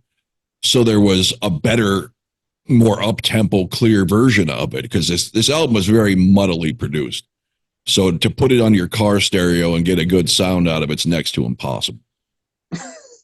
Another huge song for me, I love Got to Choose, Parasite, Mainline, and Strange Ways, and Coming Home. I think Coming Home is a very unappreciated song. I love that they started the Unplugged with that song. I don't think I've ever heard it live other than that. Now, I'm not one of these guys who goes back and watches all these YouTube bootleg Kiss videos, because when the quality is so horrible, I can't do it. But I think that's the first time I'd ever heard that live, and it just works. And Watch and Use a cool tune. Like I said, All the Way is a good tune. I like this whole album. The production is what holds it back. I don't go and pick these songs because I'm going to have great sounding stuff, and then it's going to go to this muddy stuff. That song's great, but I can't listen to that quality loud. Okay. So that's the only reason this dropped. That's fair. And like you said, man, to each his own. That's fair, man. I can't really go into anything because I hadn't gotten to that one yet. But I will go with next one up. It's the Fraley I got Man. that picture disc too. I do have that. All right, man. Yeah. Look, I probably used to have this actually higher, but as us twisted, psychotic freaking Kiss fans, man, people just don't understand when you try to tell them. When you've been listening to this stuff your whole life, things change over time, man. You don't really pay attention to a lot of things that you did then, and you kind of snuff things now that you didn't then. It's just, that's the way we are. It changes over time, but this would be the next one for me. I think Ace hit it out of the park with the solo albums. I don't think there's anything on here that I do not like besides my least favorite track. I'm not an instrumental guy really either. I mean, I can live with it. It's not too bad, but What's on Your Mind, to me, as a vocal track, would be the weakest song on here, in my opinion. But I still like it. But the rest of them I love. Ace, if they would have just, Paul did to a certain degree. I think if Paul would have switched out a couple, just about 2 songs on his, and put All American Man or something, or freaking, something like that, man, on his solo album would be number 1 to me. But Ace hit it out of the park. Him and Paul, Gene and Peter should have took a lesson. And if they would have come out with all original stuff like this that had the Kiss swag to it, man, solo albums wouldn't be getting trashed. That's mine. And I think that's the only thing that saved that whole experiment, is because Kiss fans could at least hear Kiss in Ace and Paul's solo albums versus the huge left turn that Peter and Gene took with theirs. You took the words out of my mouth. Okay, I'm going to get to one you touched on a while ago, and this is going to be hot in the shade. And I know this gets shit on about being some kind of demo album. All of those people that say that, including these Kiss podcasts who are in the Kiss camp and in the know and experts, apparently they've never heard a demo. Because a demo you don't put in any music player anywhere and turn up and hear anything worth listening to. This is not it may be not polished or finished production wise, but they are not demos. Demos don't have intros, verses, choruses, solos, and endings. All right. They're not demos. Hide Your Heart, done by many people, Ace Frehley included, as well as Robin Beck did it. I don't mind. I loved it when it came out. I don't really like to hear it anymore. I don't know if it's just, like you said, the na na na hey heys and stuff, and it just doesn't sit well with me anymore. I love the story behind it. Rise to It, Great video. Yeah, it was great video. Rise to It's a great song. I like Betrayed, Prisoner of Love, Read My Body. I like it. And I know one podcast in particular says it's their attempt at Pour Some Sugar on Me. I don't think so. I don't see that at all. Why? Just because he talks a little bit instead of sings? Okay. Well, then how do you explain the Run DMC thing? I mean, with Aerosmith, I mean, yes, they were trend chasing, but if you want to say, okay, if that was trying to be Pour Some Sugar on Me, then Pour Some Sugar on Me was trying to be All Hell's Breaking Loose. Yeah. I mean, same type of vocal performance there. But I'm with you with Forever. I liked Forever when it came out, but it makes me puke now. Yeah. Cadillac Dreams, I think, is a fun song. I do like King of Hearts to me is a very strong song. I hate I like Little that one. Caesar as much as I love Eric Carr. I Wow. hate Little Caesar. That's a terrible I like song. it. Yeah. Boomerang is a terrible song. I think my favorite on this, and I can rarely say this, is a Gene song, and that is The Street Giveth and The Street Taketh Away. I love the acoustic jam in that. It's got a great angry chorus. I love the whole telling, people off in the lyrics, the priests and everybody. It's just a great vibe and a great tune. Okay, man. Hey, I like a lot of the things you do. Now, the first thing I heard off of that was Silver Spoon. It was on the radio, and I didn't even know the album had come out I yet. like it, but I know you are not crazy about the female singing, but I like the I song. yeah, I didn't understand it. I guess you could say, yeah, but the concert made up for everything. Mm. I Like just you have to said, the say, best non-makeup concert ever. To this day, it's still my favorite concert. hey, it's one of my behind the reunion and farewell tour. It's my favorite show they Well, ever the done. end of the road was fabulous. Creatures of the Night will always be my favorite because it's my first, and I was like 10. So Oh that man, you had the got big impact on me. I got to see Vinnie Vincent on his first show. wow. I didn't even know that. The magazines only came out once a month and there was no internet. So when they came out, I had no idea there was a member change.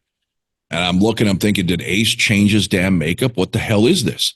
And then I find out the next day in the paper, it was Vinnie Vincent's debut. It was supposed to be the night before in Sioux Falls, South Dakota, but it got a blizzard.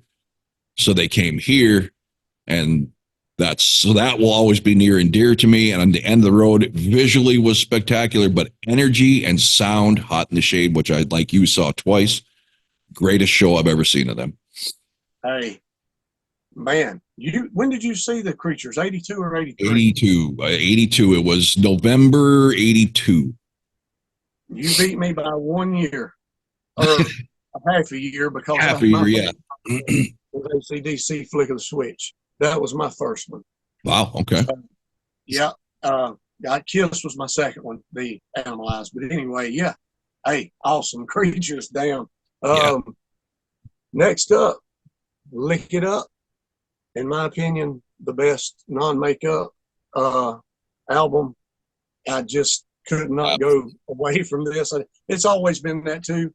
That's one thing that ain't never changed with me. Asylum's always been. I've always found this and Asylum to be more of sister albums than Animalized. In between, don't know why.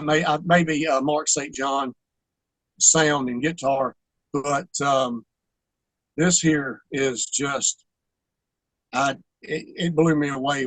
I did not know that we was going to get anything this good when they took the makeup off. Don't ask me why.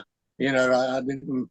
After Creatures, I thought, well, how the hell can they do better than this? And to me, they didn't do better, but they damn come close. That's just the way I'll put it. Lick It Up is probably what is it with Kiss and these songs with no solos? That's something I can't. We'll talk about that too. But Exciter. Oh man, Not for the Innocent. Damn, dude. What can you say? Lick It Up. It's over. I guess I'm just wore out on it, but I loved it I love the studio version much better. And um, let's see, Young and Wasted, awesome, kick ass all the way through, in my opinion. Give Me More. Now that's where I take a dip. I'm not crazy about that song for some reason. All Hell's Breaking Loose. It's a kick ass song, but I'm kind of lost with the rapping vibes a little bit. Yep. A Million to One, man. Holy shit.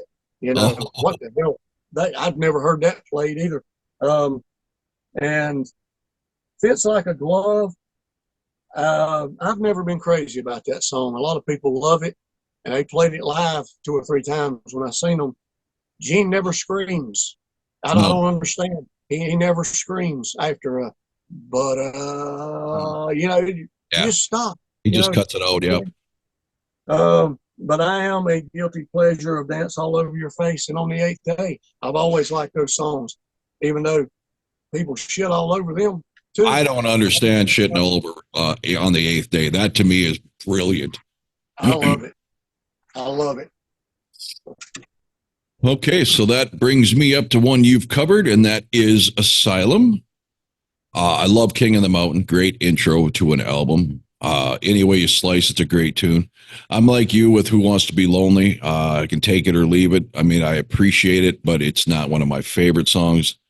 Trial by Fire, however, is one of my favorite Gene songs. I just love his voice on that.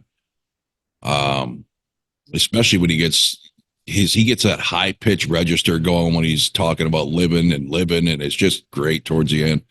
I'm Alive, I could do without for a Paul song. My favorite song on this, and that's why you redeemed yourself, because I think it's my favorite Kiss song of all time, is Tears Are Falling. And I mean, of all time. And I had never got to see Asylum was 100 miles from here, and I was still a kid, and my mom wouldn't take me, so I had to miss that.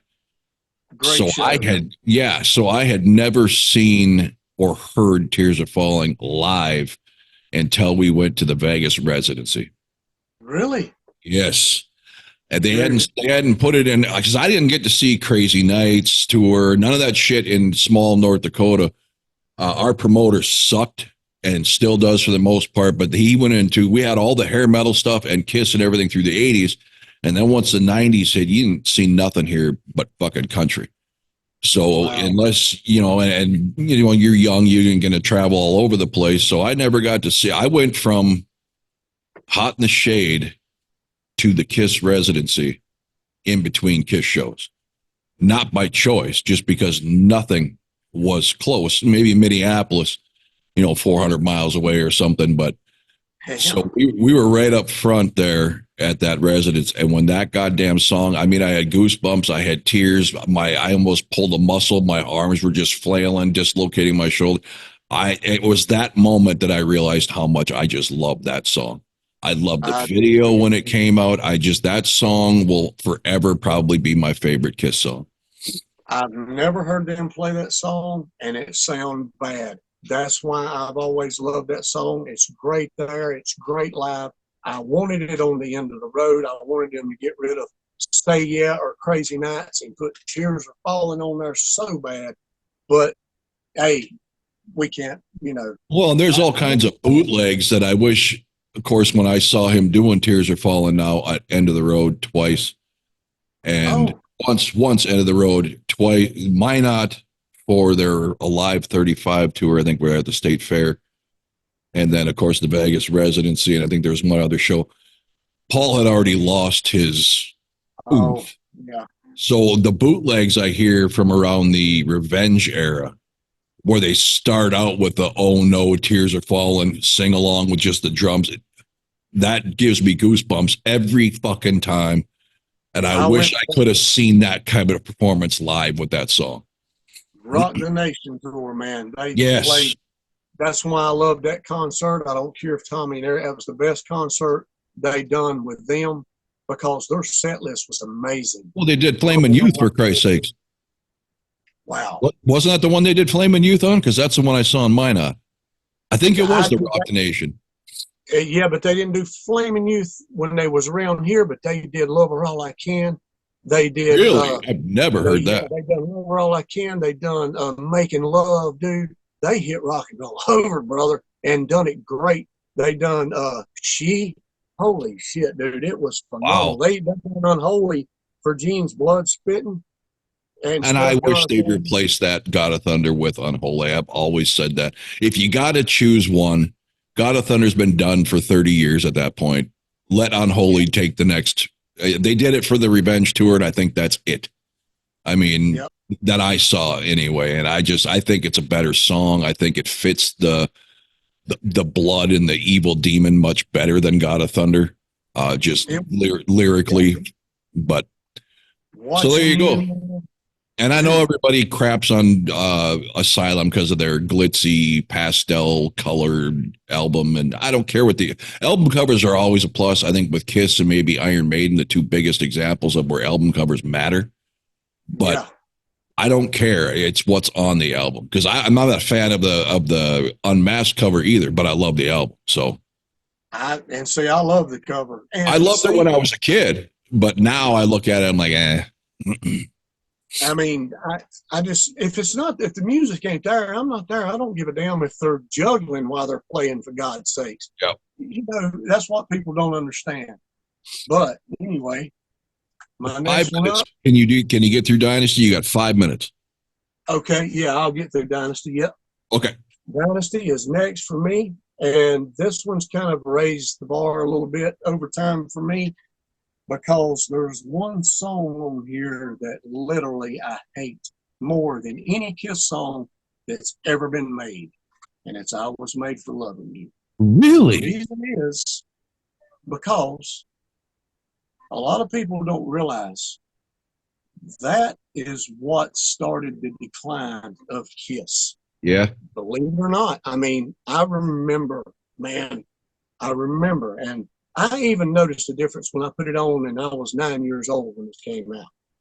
But I didn't dislike it because it was Kiss, okay? Mm-hmm.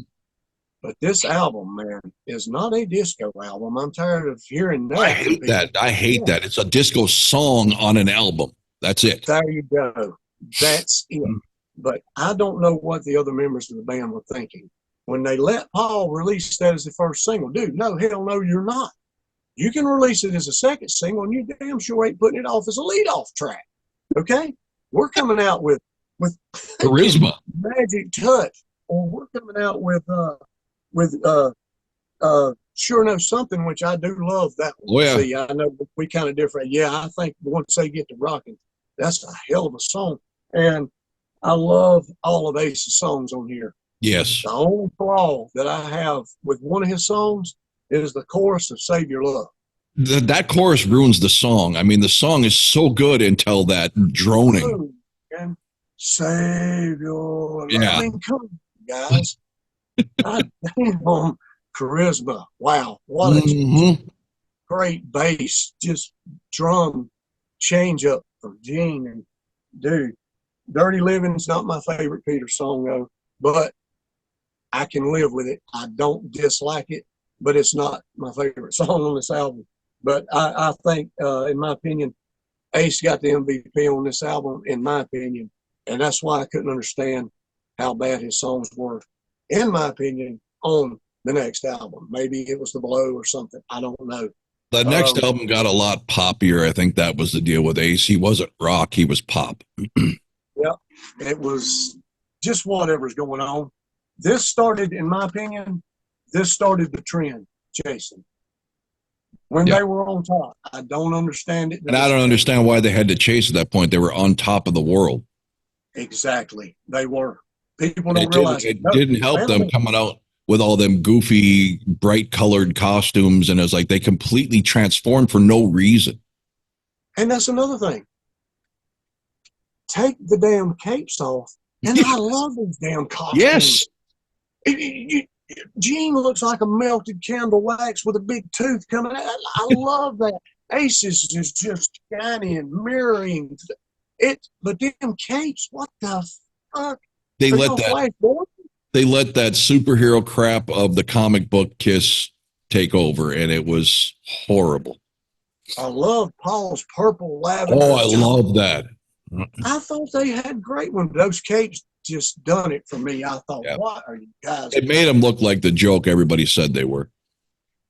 Damn, and that they sometimes they just shot themselves in the foot just for the sake of doing something different. Yeah, when you got money and you're rich, it changes you, and that's what happened. You know, Phantom of the Park didn't sink them. The solo album didn't sink them. If they would have came out with something like Creatures or Lick It Up after the solo albums, dude, they would have never took the makeup off, and I'll stand by that to this day. And I still think they took it off too soon. Paul was blaming it on the makeup. I don't think so. In my opinion, I don't.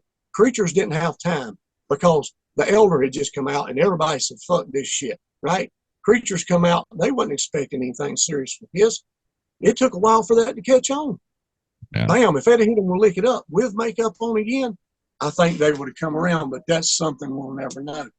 Another album. We got a lot of podcasts to do. All right, so I'm going to kill this, and we'll be back for hopefully the last part. We'll get through it this time. Yeah. All right, here we go. All right, man. It's on you. Okay, where did we leave off? Was it yours or mine? It's on you now. I've done Dynasty. Okay, that's right. Okay, so I am up to one you have covered in Revenge. And there was a time where I would have put this in my top 3 albums, I think, just because I was so excited for all the changes. The return of the evil demon, a blonde Kiss drummer, especially with the energy Eric Singer bring. And the album was solid coming off of Hot in the Shade. Unholy's epic. I've already discussed how I think that should replace God of Thunder, should have anyway. Take It Off, I liked. I'm not as crazy about it now just because I've heard it a lot. The God Gave Rock and Roll to You is very polarizing, and I used to love it, and my buddy Darren hates it. My wife loves it. My wife absolutely loves it. I love it for the video and for what it was representing as Eric Carr was filming that video damn near on his deathbed. Yeah. I don't mind the song. I like what they do when the lights come on and they play that as everybody's filing out. I think that suffice. I don't think it ever needed to be in the set list, No. especially at the end. I mean, it's such a down song to be in the encores. Heart of Chrome, I absolutely love. Every Time I Look at You, way better than Revenge, in my opinion, especially when you look at the symphonic aspect of it. I love that when they add the strings and stuff. And I love I Just Wanna, and Paralyzed might be one of Gene's greatest songs, as well as Thou Shalt Not.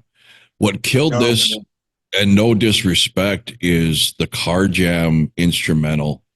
It was impressive. But with the breakout music first, I mean, if it had just been a drum solo, but I don't care for the jam all the way up to the drum solo. Yeah. I think, is it breakout? I think it was yeah, that's what it is. Yeah. Yeah. But as the years have progressed, I'm kind of like you. I don't understand why this, I think because they came out spouting off at the mouth like Gene and Paul love to do, how this is the next Destroyer. And history has shown it's not even close to Destroyer. It was a strong album at the time. It just, to me, I don't pull from this very often. Other than Unholy, I pull a lot. And then probably Heart of Chrome I like as the best Paul song on here. But I don't know. I love the I Just Want a Video, the high contrast white with them in black and all that stuff. But yeah, it just hasn't held up for me the way I thought it would back then. Yeah, I agree, man. I understand, man. I didn't. It's kind of fell off for me over time. Kind of, the opposite, I guess. You have your Revenge lovers, and you have the ones that like me that don't hate it. Then you have the ones that just absolutely just can't stand it. There you go. Yeah. Next for me is, speaking of Destroyer. They're the most iconic cover. It is my second, I think. If I'm not mistaken, my second one right here. After Rock and Roll Over, I kind of went backwards before Love Gun. What can you say, man? You've got both sides on this one, dude. I don't understand really why people, the original Kiss fans at the time, because I wasn't yet, disliked this so much, maybe. But I've always loved Detroit Rock City. I'm one of the crazy ones. I love the intro. I love all that. I love how it goes into King of the Nighttime World. God of Thunder, I'm a huge fan of. I can do the background with the kids and the creepy stuff. I love that. Always have. Great Expectations. I kind of get lost there. That's not my fan favorite right there. Flaming Youth, I've always been a monster fan of. I love that song. Sweet Pain, I've never really grabbed that one. Too repetitive too. Hey, hey, hey, hey, yeah, I love it driving you. You know, it's all right, but I don't go to it on the playlist. Uh, my favorite ballad by Peter Criss by far is Beth. To me, Beth is Peter Criss. It's real. I think that, and not that it saved the album, but I've always liked that song. I don't know what it is about that song that I've always loved, but I always have. It's never changed. Do You Love Me? One of my favorite songs by Kiss, period. And a lot of people don't like it. I don't know why. You don't love them drums coming in like that, man. And when they play that live, it just, I am like you are with Tears Are Falling. Because until the reunion tour, I never got to hear that song, man. You know, and I just, I love that song and I love it live just as good, if not better than I do studio. That's my Destroy It. I'm not even going to touch on that because I got a lot to say about it myself. Actually, what? Yeah, okay. So I'm up to my next one, which is Love Gun. Love this album. I think this is a massively forgotten album, not maybe by diehards, but by more than casual Kiss fans. So much talk about Rock and Roll Over and Destroyer. And you very rarely hear anybody discuss the album Love Gun. And to me, I Stole Your Love right out of the bat. I was so pumped at Hot in the Shade when the opening song out of nowhere was frickin' I Stole Your Love. I about shit my pants. Yeah. Christine 16 to me is way better than Dr. Love. I know the two go hand in hand over the 70s Kiss, but they've held on to Dr. Love, and I think they should have found a way. I know the piano playing is a big part of it, but you can rework the song somehow, I would think. Just to maybe flip it up every other tour or something. I think it just got forgotten and it shouldn't have. A Shock Me I've never got. As a kid, I liked it on a live too because it led into the solo, right? But the song itself for me, I actually like Paul's Make Me Feel Better, fills in there. Ace is very monotone on this one. It's not a bad song. I just don't understand the love for it other than its association with his guitar solo. A song I never, ever hear anybody talk about is probably my favorite on this album, and that's Tomorrow and Tonight. Wow, This is an absolute party anthem. I mean, I'm not saying it should be up there with Rock and Roll All Night in the playlist, but it just doesn't get acknowledgement, and I don't understand it. Love Gun, Paul's favorite, and I can see why. It is a brilliantly written song. It's a little overdone now. I don't need to hear it again. Hooligan may be my least favorite Peter Criss song. Again, it's not terrible, but it just is not one I would put on. Almost Human, Plaster Caster I love, but since the whole meet and greet crap and the cruises and everything, it has been played to death by Kiss without makeup to where I don't care to hear from that one again. And I like the original and I like the cover for Then He Kissed Me and Then She Kissed Me. I'm not saying Kiss should have put it on the album. I'm saying they did a good job. And I loved the Crystals version. I have a little bit of 50s love in me. And I think Paul did a good job and Ace making that a little heavier while not losing the song. It still held. I mean, Peter's got I don't know what he's using, but it's almost like the tambourine with the wood blocks, in the beats. I mean, I like it.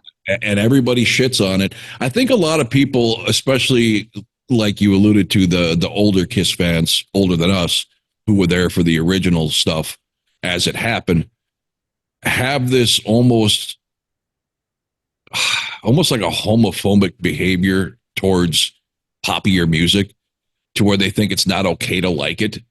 And I'd just be really curious to see what some of those fans who don't like the poppier Kiss really think when nobody's listening and they're in their room by themselves. Because Kiss, in my opinion, you might not prefer whatever genre they dabbled in, but they never did a bad job of anything.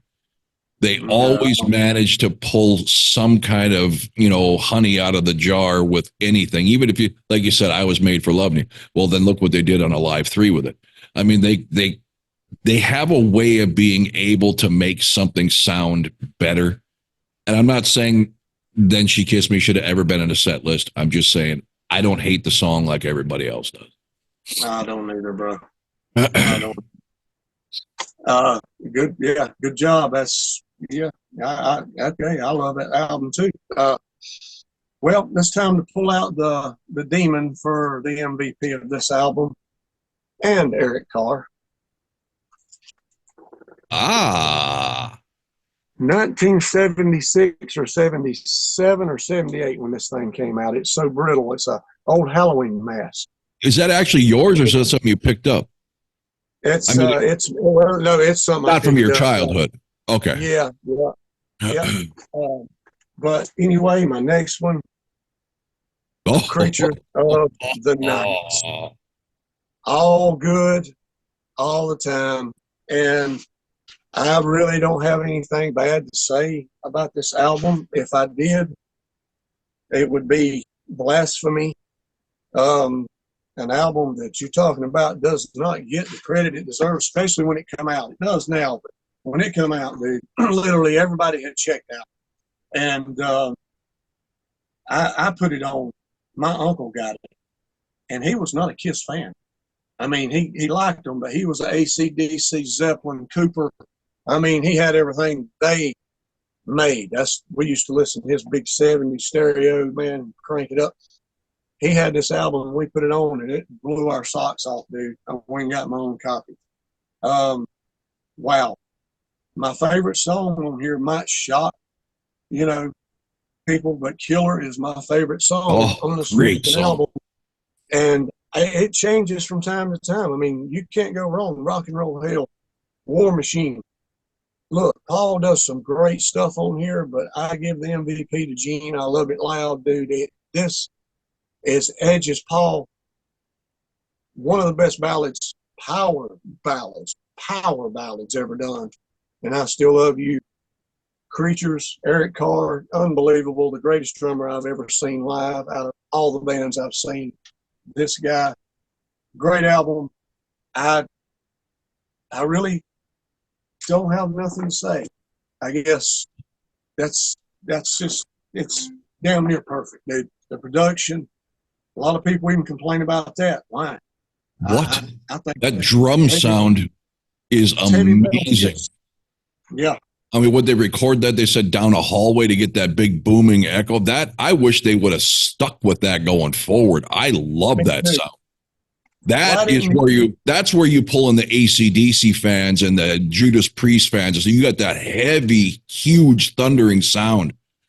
Yes. I'll get into that. All right. In the interest of trying to speed up a little bit, I'm going to jump into my next, which you just touched on, Destroyer. At one point in time, this was my favorite Kiss album of all time, but I think it falls victim to just overplay, whether it's set lists and shows or just radio or whatever. Everything you hear is from Destroyer. It's much like the first album. Those two albums have been the set list for Kiss for 50 years. And as a result, you get overplay fatigue. But Detroit Rock City, I'm with you. That intro, even as a kid, man, I was just mesmerized. I just listened to that. And you could visualize somebody driving in their car, switching the radio stations.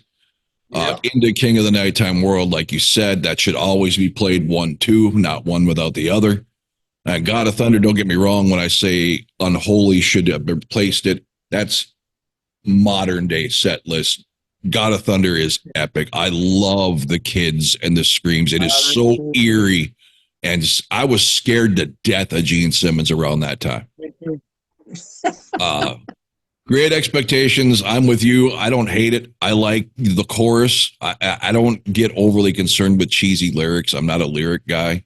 I like some bands that don't even sing in English. So, it's got a good melody. I loved when they did it on the symphony with the children's choir. I thought that was cool. Flaming Youth, I think we both agree, extremely underrated Kiss song. Sweet Pain, I don't hate it. It's just kind of, it doesn't have a special to it. Shout It Out Loud to me is a better anthem than Rock and Roll All Night. I forgot about that. I'm sorry. I like Shout It Out Loud, but it's overplayed, like you said. It is. It is. Yeah, I think I love the Gene and Paul trade-off where Rock and Roll Night does not have that. And I love the middle breakdown with that Calliope playing or whatever that is. That's really cool. And like you said, Do You Love Me, Jesus Christ, that just grabs your head and rips it off. My brother's all-time favorite Kiss song. While I was cheering and hoping that the Vegas residency was going to play Tears Are Falling, he's like, they got to play Do You Love Me? We both got our wish. And Rock and Roll Party to me is one of the coolest, scariest, if you understand where I'm coming. It was eerie because I did not know it existed. I had the album. It was not on the album. However, when I got the 8-track and it went to the 4th channel and the songs were up, all of a sudden it did this little pew when it cut in and I was, the fuck is this? And it's the first time. I mean, I had literal goosebumps. I was terrified. I thought Satan was coming through the speakers. It was just mind-boggling. Now, if I could put that on a loop for 10 minutes, I would do it. It wasn't on your album? No, it wasn't. The first Destroyer I had, I don't think was an original pressing because the album was orange. Long before colored vinyl was a huge thing. The album itself was orange. I bet you got like a one of these international pressings. Because, damn, I never heard that without that on it, dude. Yeah, it was not on the album, so it just scared the hell out of me when it came on the 8-track. I'm like, what the hell is this? And there wasn't even a title for it on the back of the 8-track. It didn't even list it. So I thought it was some kind of haunting thing, and Kiss was coming to get me or something. You know, I was a young kid, 7, 8 years old, so I was just freaking out. But I absolutely love it. I think it's a brilliantly done thing, and they should incorporate that into their concert somewhere just on the loudspeakers. Yeah, intro. Look, yeah, I didn't know it was on the album either. I must have just let it play, and I hadn't got to the needle yet to take it off because it wasn't on the track list either, man. On my albums, I mean, it was on the album, but it wasn't on the track list. So, hey, anyway, next, Love Gun for me. I'll tell you, dude. Like you said, I don't think it gets the respect it does deserve because this is when Kiss had totally just, they're right there on top. They're getting ready to stand up with their fist up in the air. I'm telling you, I Stole Your Love, one of my favorite songs by them of all time. What an opener. And Christine 16, I like the song, always have. I loved it when they done it on the Rock the Nation tour. That was a trip. I never seen them play it before, I don't think. If I have, I don't remember. I'm a true lover of Got Love for Sale. I did not like that song years ago, but today I love it, and I love Ace's solo. He rips the shit out of that damn. Yep. I love it, and shock me, I'm a lover of it, but like Peter said, Ace may not have the best singing voice in the world, but damn, I love that song. It rocks hard, and his solo rips the shit out of it. Tomorrow and Tonight, I love it. I've always loved it, but I don't understand the chick singers. It sounds like the damn Chipmunks almost. They're so, it sounds like speeded up or something on there. Yeah. I don't get that. Love Gun is, I like it. I always have, but I don't know what the big deal is. Maybe it's because they've always played it in the albums Love Gun, but I do like the song. I always have. I think it's Saturation. And Hooligan, I'm a big fan of that, but it's not my favorite Peter song either. I love Ace's lead in it. I think it's just like Plaster Caster. I love Ace. Ace's guitar sound on this album was really unique from the past albums. And I think it really brought a lot of life to these songs. Then She Kissed Me. I can, but Almost Human. Get the fuck out of here. Holy shit. It sounds like airplanes is flying over and shit. Wow, I did not like it when I was younger. Did not pay it. I love it now. Yep. Love Gun. This song, Kiss has got several albums like this, 1 or 2 songs away from a complete Pyromania or Back in Black masterpiece. All American Man could have replaced something on here. I mean, those tracks that get shit on live too, we'll go into that later. Yeah. Wow. Yeah, I love it. Okay. Man. So I'm up to one that was on your earlier list, and that is Unmasked. And for me, I've loved this since the day I bought it. Is That You, to me, is one of the coolest Paul songs I've ever heard. Never understood why, other than that tour, it never even got dabbled with again. And I don't know why it catches so much heat. It's heavy, it's angry, I love it. Shandy, it's a good song. It is, if you're in the mood for just a chill 80s popish type song, I like it better acoustic. They did on the that acoustic set of the symphony tour. It's much more suited for that. Talk to Me is about, it's so poppy. It was a guilty pleasure of mine through my early teen years. I don't hate it, but I wouldn't put it on purpose. Naked City is one of the most underrated songs. Naked City, I'm with you. That is absolutely epic.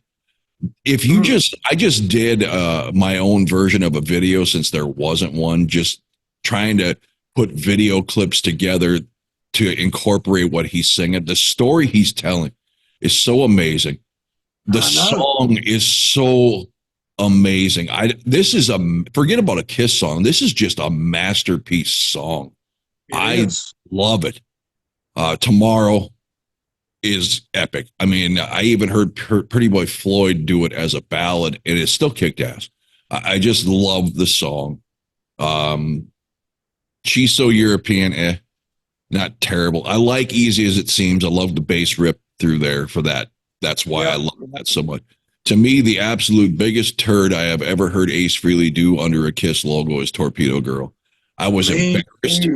As a 12-year-old or whatever I was embarrassed from the minute it said Man Battle Stations Torpedoes. Like, what the hell is this crap? And then he backs it up with some rapping version of it. It was just terrible then. It's terrible now. All right, I'm trying to keep these short, but some of these songs just work me up. I'm the same way, brother. Hey, I'm with you on Torpedo Girl, man, because I'm like a damn game show song almost. Oh my God. Oh, but I love the album too, bro. Hey, next up, you've touched on this one already. The first album, the debut, Kiss, and I will explain. I had the album up, but I forgot to put it up. This, at one time, was my least favorite of the original Kiss albums. And as time has went on, the production, I would love to have heard the Hotter Than Hell production on this, man. Hell, even Dressed to Kill. But the songs, man, holy shit, dude. I'm not going to go through them all, but my favorite songs on here is 100,000 Years.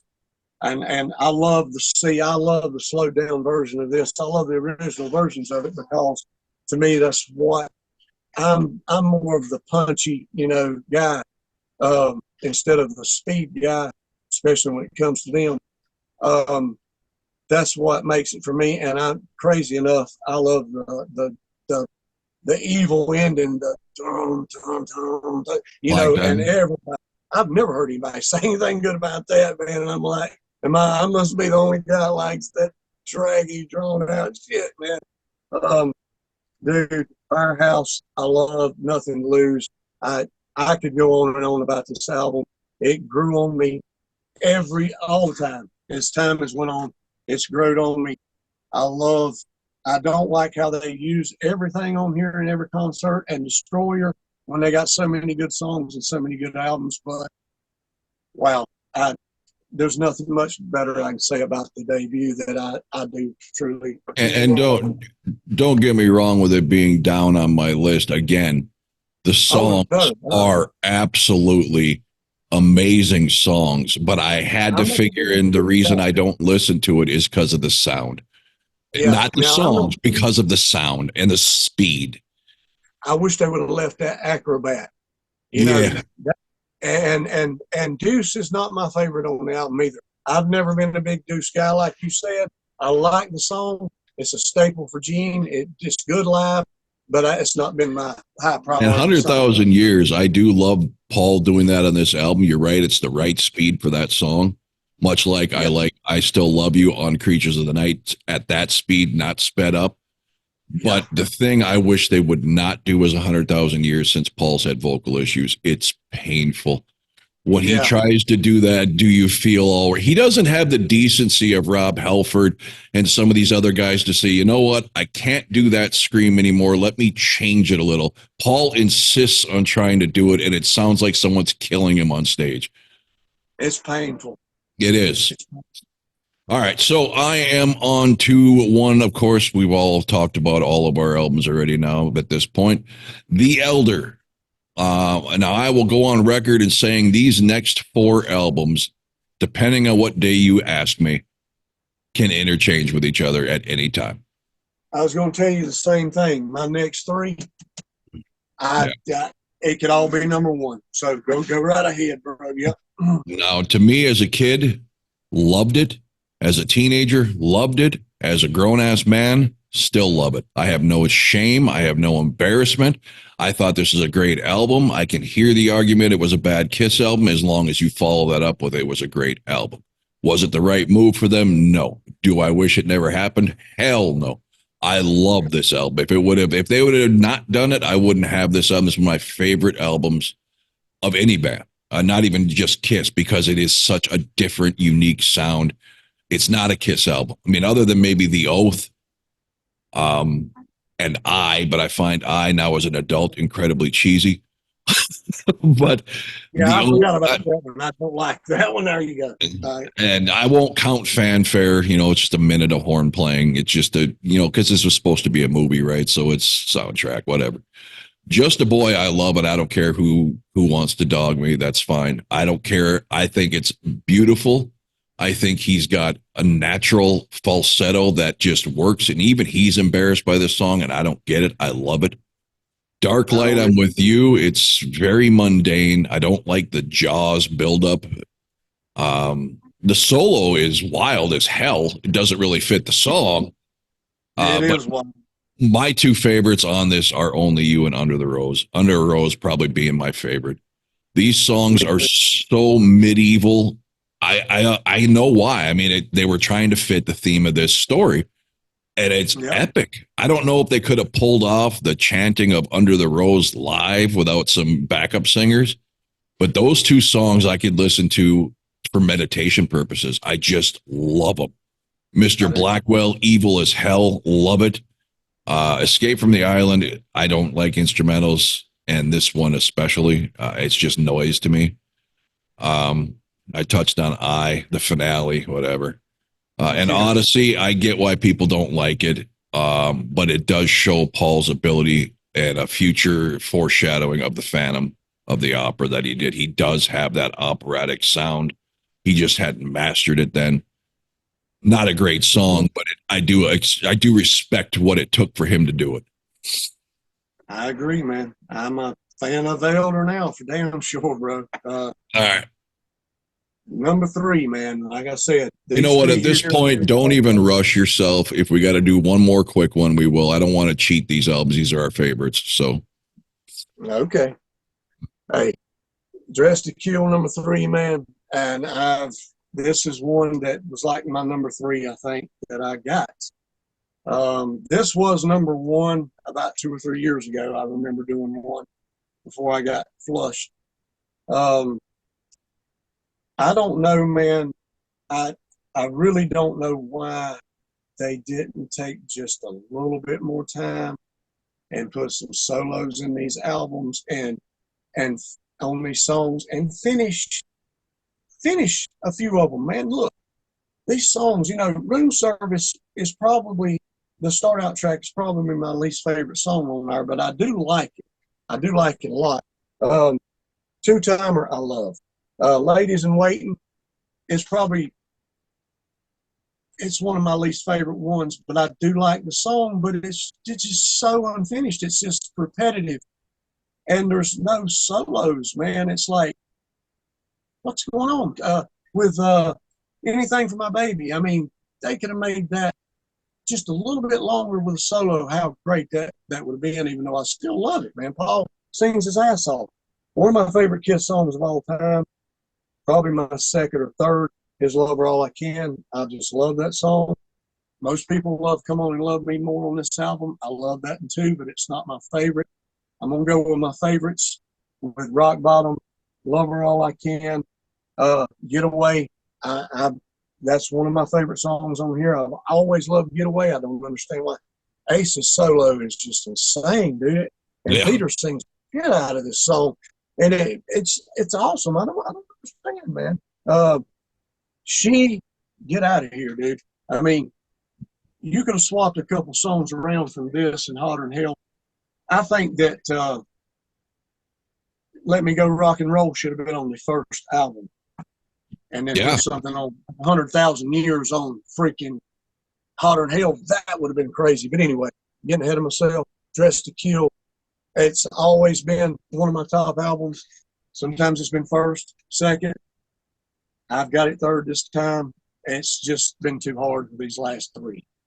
Yeah. I'm sure it's been discussed or touched on by Gene and Paul or something, but you're looking in 1974, 75, they put out these three albums, Hotter Than Hell, Dressed to Kill, and the three albums in a little over a year. Nobody does that. So how many of these were holdovers from the previous album or that could have been swapped around? It'd be interesting, just like you said, to fit the vibe of each one, because none of the songs are bad. It's just maybe they'd have been better paired on a different album. So maybe there's a lot of cross-tracking going on there. I don't know. But yeah, great album. And again, some of these stuff is just, these lists, if you ask me, in 6 months could change drastically. It's just, I'm pulling off, because I love all Kiss except Monster. Yeah. So it's what am I listening to the most? I have to weigh into my list at the time. That's what I do. That's the one that I listen to, this and the other two the most. And this one, they pulled Wicked Lester tracks, man. She and Love Her All I Can was Wicked Lester songs. Yeah. Wow. What'd they turn them into, bro? All right. I'm going to get to this, and then unfortunately we'll have to do one more to get to our top. Cool. Okay, I didn't know if I needed to hurry or not, but you go right ahead. No, dude, I'm not in any hurry. I'm worried about you. So if you're cool. Okay, cool. All right. So I am going, and again, starting with music from the Elder, and these next three, any day of the week could change. Paul Stanley 78 solo album, to me, is, if you take Hold Me, Touch Me out of there and maybe move on, this is like the perfect rock album, not a heavy metal album. If Paul Stanley would have started in 1978 as a solo artist, this album would have skyrocketed him. Yeah. This album, he was so good at just being true rock. Him and Ace both, they never lost that. Unlike Gene and Peter, they didn't. And I understand Gene and Peter wanted to pay homage to their roots, but Paul had those same roots, right? But when it was time to make a solo album, even without Kiss, it was still rock. It wasn't. Anyway, back to the album. Tonight You Belong to Me. I agree with you. The intro could be a little edgier. I understand they're trying to do the build-up, which is cool. Ain't Quite Right is one of my favorite Paul ballads. Wouldn't You Like to Know Me is probably the second best on this album. I loved it when he did it on his Live to Win video that I have DVD. But Take Me Away Together is one. So I never hear Paul talk about it. I don't hear other podcasts. They'll talk about this album and they'll not even mention that fucking song. I don't understand. Beautiful charisma type singing into just the most epic power. The ending, the drum fills that keep sweat. This song just will make you punch a hole right through your steering wheel for a ballad. Yeah. This should be played. I don't know why Paul's so in love with Tonight You Belong to Me, but that's always been, if he has to represent his solo album, that's the one he plays. That's it. And it should always be Wouldn't You Like to Know Me, number one. Even all right, it's all right, but Take Me Away Together in One is absolutely, and like you said, Goodbye's a great song. I don't know why it gets shit on. I just don't. But there you go. Paul Stanley, 1978 solo. Awesome, man. I love it too, bro. How much time you got? We've got 4.5 minutes. Okay. I can cover my second one shortly in it. Okay. But anyway, here we are, man, back to the beginning. And forever, from probably 76 till hell, man, 15 years ago, whatever. This right here always was my number one right there. It always was, and it still really is to a certain degree. Like I said, these top three, man, I just struggled so hard with, and I switched 2 or 3 times in the last few days. And Rock and Roll Over, there might be a little nostalgia to it, but if there is, there's not much to me, because, and when I think of Kiss, this is what I think of right here. To me, I think this was Kiss at their core, at their best, and real, raw, and for real. I mean, just real. I think Paul does his best vocal and singing through a song on this freaking album, man. I Want You is my favorite Kiss song of all time. That's literally awesome. The build-up of that damn song, man, and then when it goes into I Want You, and then it just blasts, and it's just, God, I don't know why that song's not played every time. And Take Me, of course, I've always liked. The drum beat, I would have probably tried to find another beat besides just that, but Calling Dr. Love, first song I ever heard by them, just Gene staring at this album or 8-track and then eventually album for just the whole time I'd be listening to it, I'd be just looking at these guys, man, pulling stuff out, reading everything. Just, God, what are these guys? This literally, Baby Driver, I wish they had soloed Mr. Speed. Where's the solos at in these great songs, man? They're that good. Imagine how good they would have been if they would have put solos in them. Ace, and oddly enough, Ace really didn't contribute anything to this album but solos. And it's always been one of my favorite of all time. Weak point. I'm not a big Hard Luck Woman guy. I like it. I do. But it's not my favorite, man. It never has been. See You in Your Dreams, those two would probably be my least favorite on this album. The rest of them, Making Love, holy shit. I could sit here and go on and on about this album and the rocking that I've done on this album, and just wanting them to give it some time, give it some space in the concerts, man. Elite shouted out loud once in a while, or Love Gun, and give some of these songs its just due, man. And they finally did over the years a little bit, but not enough, in my opinion. I think this is where it all began, right here. Not with Destroyer. The merchandise, when they came back after Destroyer because they got scared, Eddie Kramer, God love him, my favorite producer of this band ever, even though I love Michael James Jackson. Yeah. I love Bob Evans, but there's something about Eddie Kramer with these guys that really done it. The merchandise started with this album. Not Love Gun, not afterwards. It all got big, but this is where it really, really, really began. The comic book was this album, not Destroyer. Wow. I could go on and on about Rock and Roll Over. I love it, man. Yeah. Well, we'll definitely do an entire podcast eventually about set list choices, because I know podcasts hate that topic. I can never get enough of it. So, all right, we're going to kill this and start back up for the final time. Yes, sir. All right. Okay, we're here to finish it off now. And of course, the legendary, for me, number 2 could easily be switched tomorrow. or 3 hours from now with number one. Always, I said the top four could interchange, but mostly the top two are always going to be the top two for me, and that is Creatures of the Night. To me, the heaviest and rawest, truest sound they've ever had. I love, like I discussed, the big echoing drum, that they came up with. Creatures of the Night, another great, strong opener, and they used to do that around the Revenge days, right? Creatures of the Night is the show opener. Okay. I've seen that one twice, too, yeah. And epic. That's a song that I love the studio version, and I love the live version. They are slightly, the live version sped up. I think I do prefer the slower, more methodical album version of this, but it's great either way. A Saint and Sinner is a killer song. This is where I'm going to agree with you on my next two. You had mentioned Gene being the MVP.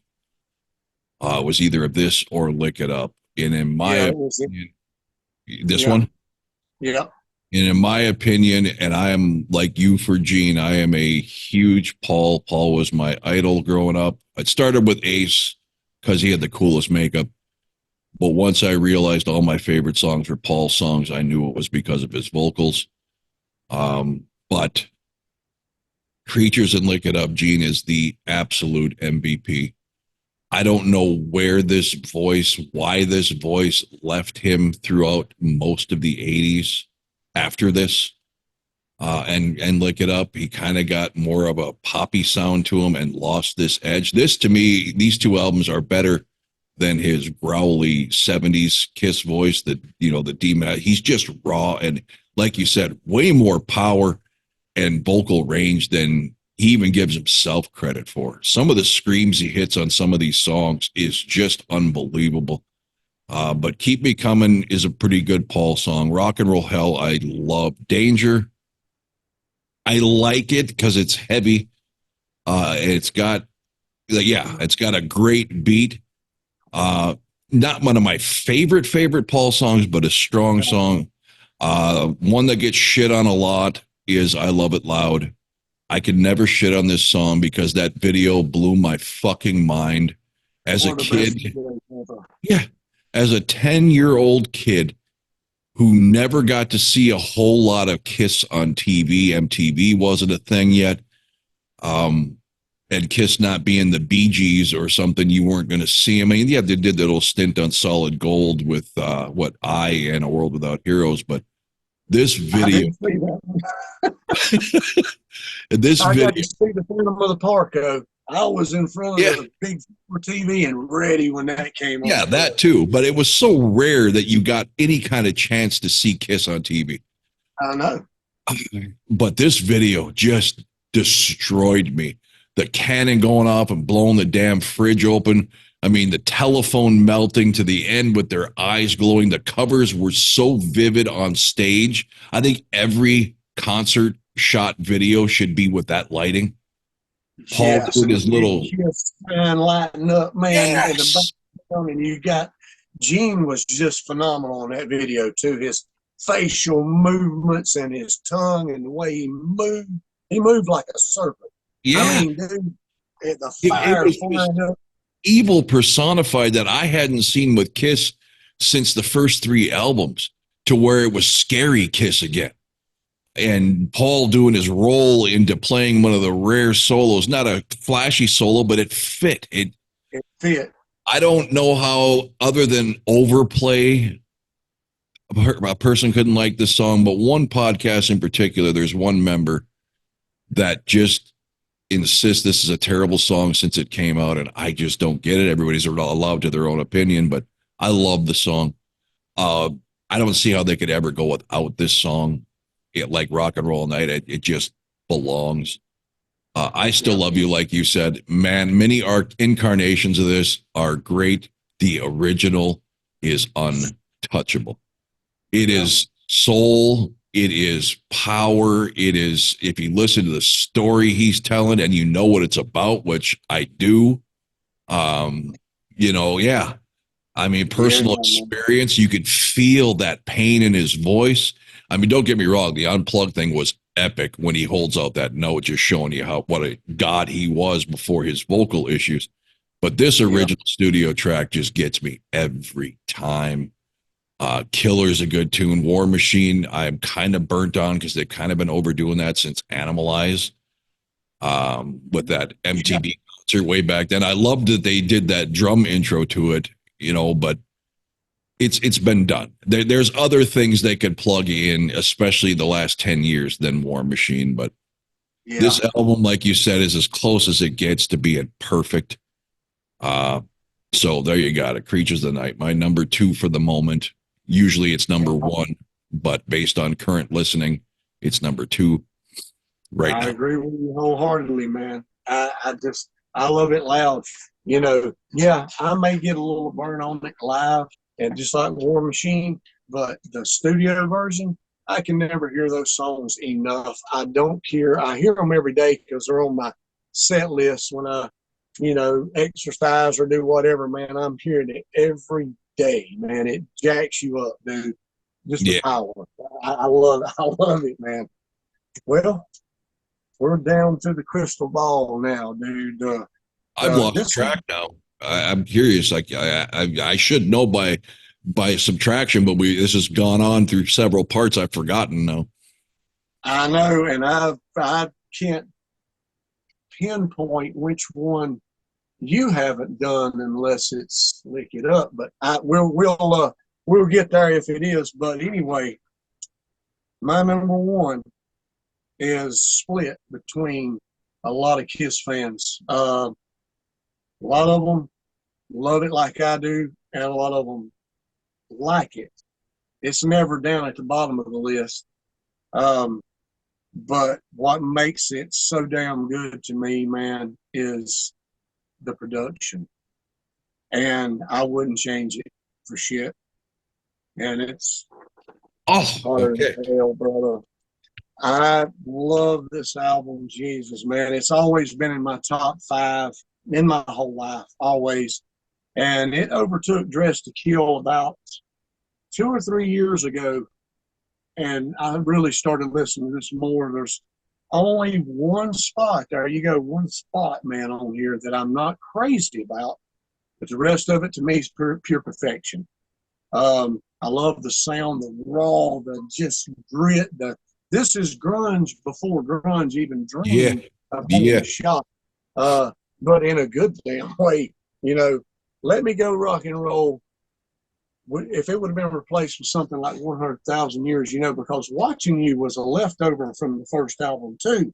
You know, God, Watching You. In my opinion, Peter's drumming on this album is the best he's ever done in his damn career. Listen to the drum fills on Got to Choose. He never stops hitting them damn drums. Watching You. Man, they'll go, Watching You. And they'll just start jamming, and he'll just be beating the shit out of them drums. Strange Ways. Oh, Ace. God dang, that solo. When I first heard that solo, I would pick the needle back up. It blew me away because Hotter Than Hell was like maybe the fourth or so before I got this. Believe it or not, one of my mom's friends back in the 70s wow. got me this for Christmas, you know, and I was thinking, wow, damn, what are they doing back here? I see Paul with a chick half naked, and Peter with another one, and what the fuck's going on, man? I'm about, 8 years old or so, because I got them pretty quick, My mom got me all the solo albums when they came out for my birthdays in December, and they came out like in September. And, but man, this album, Got to Choose, all the way through, dude. Going Blind, I love it so much. It's slow, it's heavy, it's raw, man. I don't care about the 16 and 93, man. It's just so twisted, dude. Um, all the way, the Forgotten About songs on here are so damn good and punchy. Gene really delivers on a lot on here too. Paul, Gene, Peter, Ace, every one of them get an MVP on Hotter Than Hell from me. I'm so glad that Kenny Kerner and Wise produced this damn album for that reason alone, because in my personal opinion, they made up for the first album with this one. And I'm the one of the rare few that loves the muddy, distorted, just of Hotter Than Hell. And for the last 2 or 3 years, it's been my number one. Yep, that's it. Absolutely. And that does get a lot of flack on the internet circles and podcasts for the production of it. Yes, if you want to have crystal sound on a stereo, it could use some enhancing, but part of its charm is that sound. It makes it more edgy and raw, I guess. Yeah, man. Yeah. Just, I've always loved it. See, I guess because I'm so used to it being that way, I wouldn't know how to take Hotter Than Hell any other way. That's kind of strange, I know, but it would be interesting to see how that album, with the songs and the heaviness and the rawness of it, with a Creatures production, just for kicks. I love the Creatures. I can't talk enough about that production. I would love to hear that with the Creatures production. And I tell you, Hotter Than Hell, obviously Destroyer is the most iconic cover. My two favorite covers. What's that? Destroyer. Yeah, it's the most iconic. Yeah, I'll say that too, because it's on everything. Yes. I mean, they think it's their White Album, is what Gene said. Yeah. Peter even calls it that, man. And I guess, it's hard to believe they say that, though. I know why Peter does, is because of Beth, and, I understand, but that album was not received by the fans, the hardcore fans beforehand, as good. So it's kind of, I guess Paul and Gene don't want to admit it, but I think Beth is really why that research did. It's amazing how something like that would change that album, because it was dead in the water. Yeah. Detroit Rock City. And I forgot something else they had released. Didn't they release something else? Well, it was Detroit Rock City that had Beth on the B side. And there's actually, if you can find the 45 with Beth on the B side, it's worth a lot of money because it got re-released with it on the A side or something like that. Really? Yeah. Okay. I had, when I was a kid, there was a radio station right up above where I lived, and we used to go up there, and DJ, he would let us come there and hang out with him, and he gave me a 45 single of I Stole Your Love, and the B side of it was Tomorrow and Tonight. Wow. I don't have it. Yeah. Yep. Well, my original point on Destroyer was to go into Hotter Than Hell. It's the most legendary visual cover, but to me, my two favorite covers are Creatures of the Night, because it just freaking mesmerized me as a kid with the blue faces and the glowing eyes. When that would play, I just lay in my bed holding it up, just stared at that goddamn cover. But the other one is Hotter Than Hell. I think that is so underrated as an album and as a cover. That cover is so wicked looking. And of course, the orgy on back is just icing on the cake, but it just portrays them as so dangerous, I guess. I never looked at it that way. Yeah. It hadn't been one of my favorite album covers. Like I said, we will do that too. Yes. But I always thought, where Gene is right there. I thought that was his hair going out the sides. Did you too? I thought he was doing his best, that girl or Mary Tyler Moore impression there with that hairdo. Yeah, man. I was like, what the hell's going on with his hair, man? Because it's so dark, you can't see it hanging. Yeah. So we get to my number one, which you were right, is Lick It Up. Could change, like I said. What's that? I can't believe I hit it. I was just guessing because I hadn't heard you say it yet. So, okay. And this is another Gene MVP album for me. I will start out by saying Exciter should have been a live song at some point. I don't know. Sometimes, for you can't second guess the band, right? Because they did what they did and look what it got them. But sometimes you have to think, what were you thinking?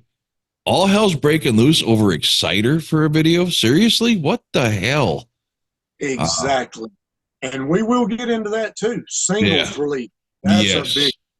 And yeah, that is a good. I've never seen a episode on something like that. Yeah, that always drives me nuts. Not for the Innocent, fabulous song. Lick It Up, to me, the studio version is one of the greatest non-makeup Kiss songs of all time. You mentioned the no solos. The ironic thing about this one is if you compare it to the live Who thing, which was cool once, it wasn't cool for 20 years. I prefer this simple middle. What shocks me more than anything is they finally got a world-class shredder and didn't put a solo in a single that they released. What did you get him for? I mean, they got him for that ability. I mean, I don't want to hear the solo for Boys Are Gonna Rock in a Kiss song. I know, back on the street. But I mean, this guy can do pretty much anything Eddie Van Halen can do, if not more. And you got yeah, man. I'm thinking the same thing, man. Great song, great beat, great song. Yeah. Young and Wasted, I love. It was so cool singing or seeing Eric Carr screaming that out on that MTV unplug. He did such a bang up, better than Gene, I think, on that job. He just has that. He had a killer voice. On top of being a world-class drummer, he had an amazing metal voice. Yeah. Give Me More. It's not the strongest Paul song, but I don't hate it. All Hell's Breaking Loose. Like I said, it's kind of a fun song. I do like the evil sounding. Haven't you heard the chorus? The harmonizing. 1,000,000 to 1 might be Paul's greatest power ballad ever. Absolutely. Yeah, no truer words can be spoke because everybody who's ever been dumped has that same damn attitude. Fits Like a Glove, Like You. I don't really hate it. I just don't care for it. I don't know why. Again, this was one that they featured on their live sets. Like you said, he doesn't even finish what makes it cool on the studio track with the scream. Dance All Over Your Face is epic, and to me, On the Eighth Day could have been an every concert staple. It is a power anthem if I ever heard one. I love the innuendo of it, or the basically saying, "Hey, on the eighth day, God created rock and roll." I mean, that is the coolest message ever. So and this album blew me away. I've told this story to friends, but never publicly, I don't think, or on a internet thing. This, again, being, I don't know what, 1983, I'd have been 10, 11 years old. We had several places. We had Woolworths in one of our malls to get records. We had like Musicland and some of these places, but we also had what was called White Mart at the time, which was like Walmart before Walmart. Yeah. And right as you walk in from the mall entrance, they have their setup of the albums. And I was just walking up, and no internet, and your magazines would only tell you so much. And if you didn't get 1 month, you missed out. And I had no idea Kiss was coming out with a new album. And believe it or not, I had no idea they were taking the makeup off. None. Nobody told me nothing. I never heard nothing, not a peep. And I lived, eat, breathe, and shit Kiss every day of my young life, and I had no clue. So I'm walking in, go right to the K section, and just to see if there's an album I missed in the past or whatever. And I'm flipping, and I see this white album with these dudes with no makeup. It's Kiss. I'm like, the fuck is this? I see the tongue hanging out. And at the time, Weird Al Yankovic was huge with doing, whether it was Beat It or whatever, just making fun of people. So my first inclination is, this is a spoof. Is this fucking, so I'm looking at these faces like, is this one of these fuckers Weird Al? What the hell's going on here? And I see Paul Stanley, Gene Simmons, all these names on the back. Son of a bitch. I had to buy it. It was after that, weeks later, that I saw on MTV a replay of them taking the makeup off. My mind was blown. And there's another cover I just stared at, because this, not MTV, was my first visual of Paul and Gene without makeup. Standing in the store, that was my first visual. And I couldn't even wrap my head around it. And that's a big part of why it's been so epic to me. But on top of that, it wouldn't still be so epic at 50 if it wasn't just that damn good of an album. Hey, imagine me. I didn't even know Ace was out of the fucking band. I mean, he was on Creatures of the Night's album cover. Yeah. I thought he played that damn album. I thought that was Ace without makeup. I knew Eric Carr was in the band because he was on Creatures of the Night. But I was like, damn, Ace is shorter than what I thought he was, you know. But I guess that could pass for Ace. Then he had that wig on, so he didn't look that bad. And then you go checking it out and everything. Well, where the hell's Ace? Vinnie Vincent. Well, that's why it tripped me out when I was 10 years old at the Creatures concert. And of course, at 10, you're not standing up close. So I'm back in the bleachers and I'm seeing this. And he looked like Ace, just with a different makeup, because he had the same hair. He had that V-type, thing on his costume like Ace always does. So I was just confused. I'm like, why would he change his makeup? He had the coolest makeup out of all of them. Why would he change it? And then find out it's a different guy. I think they kind of done that on purpose because they probably didn't want to feed the audience, even though I heard the Creatures tour really did horribly. And it was terrible for it. I think they canceled it at one point halfway through the tour. I don't get it, because it was fabulous, but some of that stuff I wish I could go back and relive, because at 10, the thing I remember most about that concert is couldn't believe that all the way across the Civic Center on the bleachers, I could feel the flames and pyro on my face. Now, this is not only my first Kiss concert, this is my first concert ever. So I had no concept of what pyros were like in real life. And I was like, I'm, on the other side of an auditorium, and I can feel that heat on my face. I'm like, what the hell? I was blown. I wish I could go back and relive it at this age to really take it in, because you forget so much over 40 years. I really couldn't tell you much about the show other than that. It's just the way it is. But you can kind of get stuff off of the YouTube and stuff nowadays. But just like the Asylum tour, man, I mean the Animalized tour, I'm just all taken in by, man, I'm finally going to get to see these fucking guys. It might not be Ace and Peter, but I'm still going to get to see Kiss.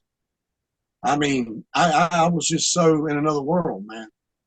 Wow, I'm in the same building as these fucking guys. Yep. They're here tonight. Wow, this is fucking amazing. And it was. I mean, I don't want to seem like Killjoy, but the Animalized show was, we will get on concerts, but it was different than what I expected. That's all I'll give you right now, and I'll explain that in another one.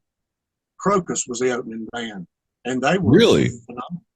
See, for me, when I saw Animalized Dokken open, they had Wasp. That's who the fuck I was wanting to see. Oh yeah. And when they got out on the East Coast, man, Crocus came out, and I thought, well, I had the Crocus Headhunter and the new one, the Blitz, and I liked them. I liked both of them, so I knew what they were about before we got there, and they delivered. They did. They really did. They were dead on spot. Crocus is one of those bands that sounded like the fucking album, like Tesla, like AC/DC. A lot of these bands that can pull that shit off, dude, that is so damn near dead on spot, and they don't change nothing in the songs, and they play it like it's supposed to be. Was Screaming in the Night out at that point? Yes. Oh, yes. I love that song. It was the album after Headhunter. Screaming in the Night's on Headhunter. This was the Blitz when it came out with Midnight Maniac and Our Love, and it was, to me, the best album they've done so far. Yeah. Oh God, wicked. Hey, it's just been wicked, man. I'm telling you, dude. You get on here with somebody that's been with them for a long time. You really, there's so much more you could talk about, but you know, you time it will go, you know, Yeah. and you could really get really in depth with things or whatever. But I think we've done just enough to represent, what we liked in order and as of And, now. the length of this one is kind of unavoidable when you're covering 24 albums, unless you just want to say, I like this one next. I mean, you got to say something about it. You get caught up in it. It's interesting to me. I'm one of the few people that can easily sit down and listen to an hour and a half podcast and be fine. A I lot of can people, yeah, a lot of people don't like that or they don't have the time. And I encourage you just break it up in parts like I was used to do. If I couldn't watch the full 2 hours, I just pick up where I left off when I could. We'll try to exactly. shorten them up a little bit, but these are always going to be lengthy because we're passionate about this band. And I think I can speak with Scott here. Both of us have watched our fair share, and in his case, been part of one.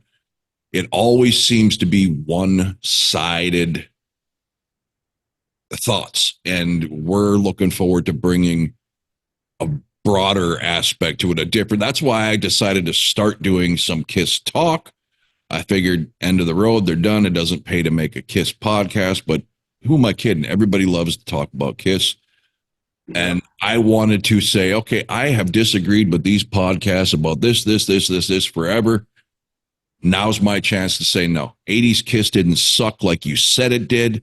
And I appreciate you so much, Scott. This has been awesome for me because I have nobody in my life to talk Kiss with.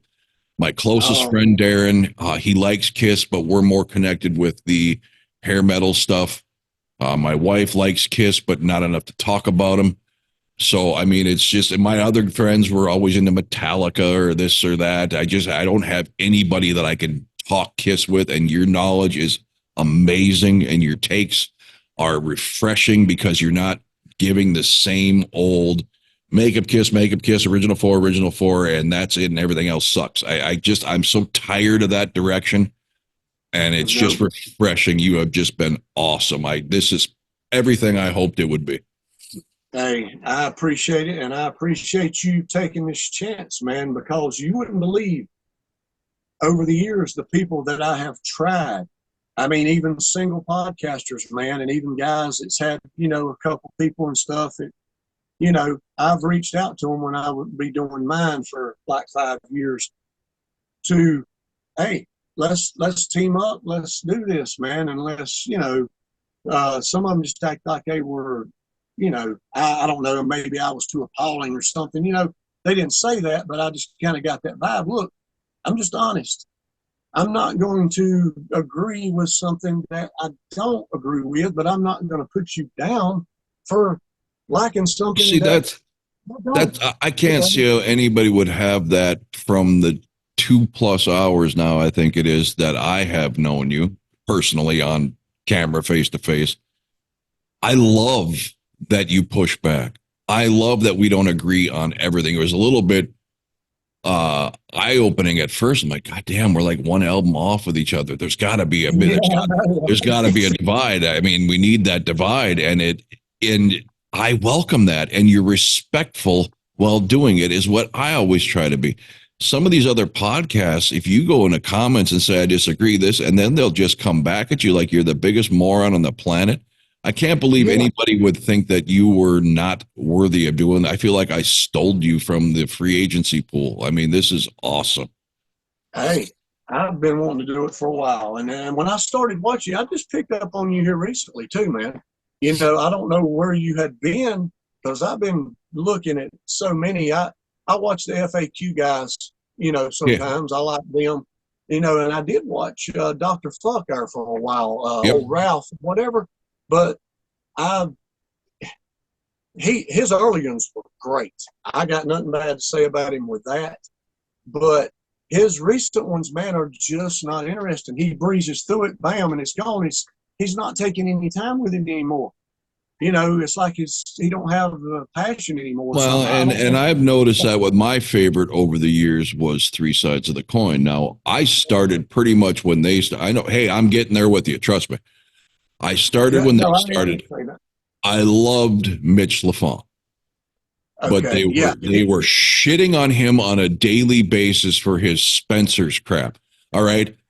Technically, just because something was released in 77, guess what, asshole? That was released out of Spencer's. All right. So just because he's choosing to buy modern stuff doesn't make it any less of a collectible 30 years from now than the stuff that you think is worth collecting, Mark Cicchini, from 1975. It wasn't collectible in 75, 76, 77, 78, asshole. I mean, they just dished on him so much, and he wanted to talk music. They wanted to do nothing but have guests in.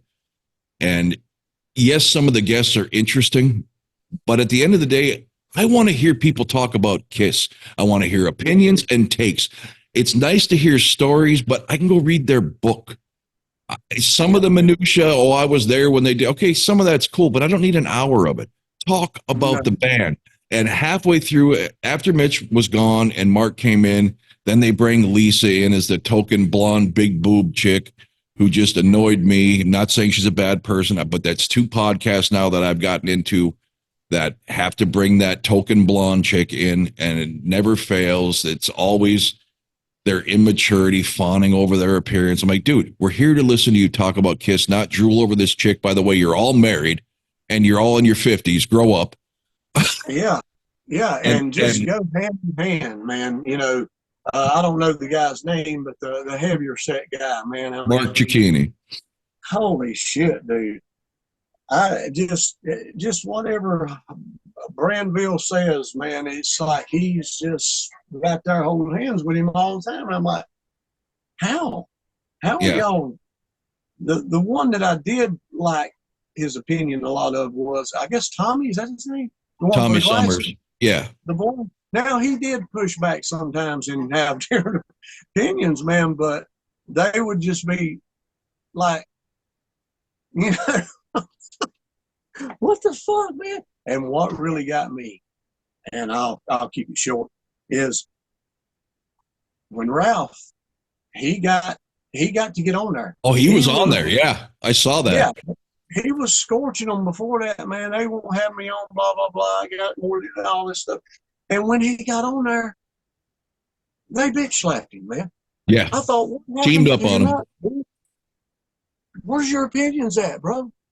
We was ready for that. I was ready for that. I think everybody was, man. And he But they just, don't want that. They don't want altered opinions. They want people that are going to agree with them. As much as they say, we don't, we welcome. No, you don't. I mean, why?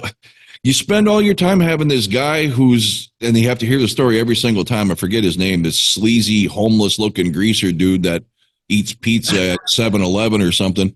They got him on every show. Between him and the blonde chick, we don't hear anything Kiss at all. We just hear about all their personal lives. And it's like, what are you doing? that's not interesting. That's what I'm saying. Yeah, I knew what it would take to. There'll be people checking this out. Now, it might take a little time, but the more Sure. that does, the more that will, because they want to hear different opinions. They want to hear people talk about the band, the music, the albums, the song, the concerts, everything that's got to do, the album covers. What do you think about them? That's what I found out, when I was doing a lot of stuff that they like. Your merchandise, man, and anything you got, man, they, Yes. so Stuff everybody can relate to. Like I said, Three Sides and some of these podcasts got with their guests. Oh, here's a lady who was a photographer for this book. What was it like to shoot pictures of Kiss? Who the hell cares about that?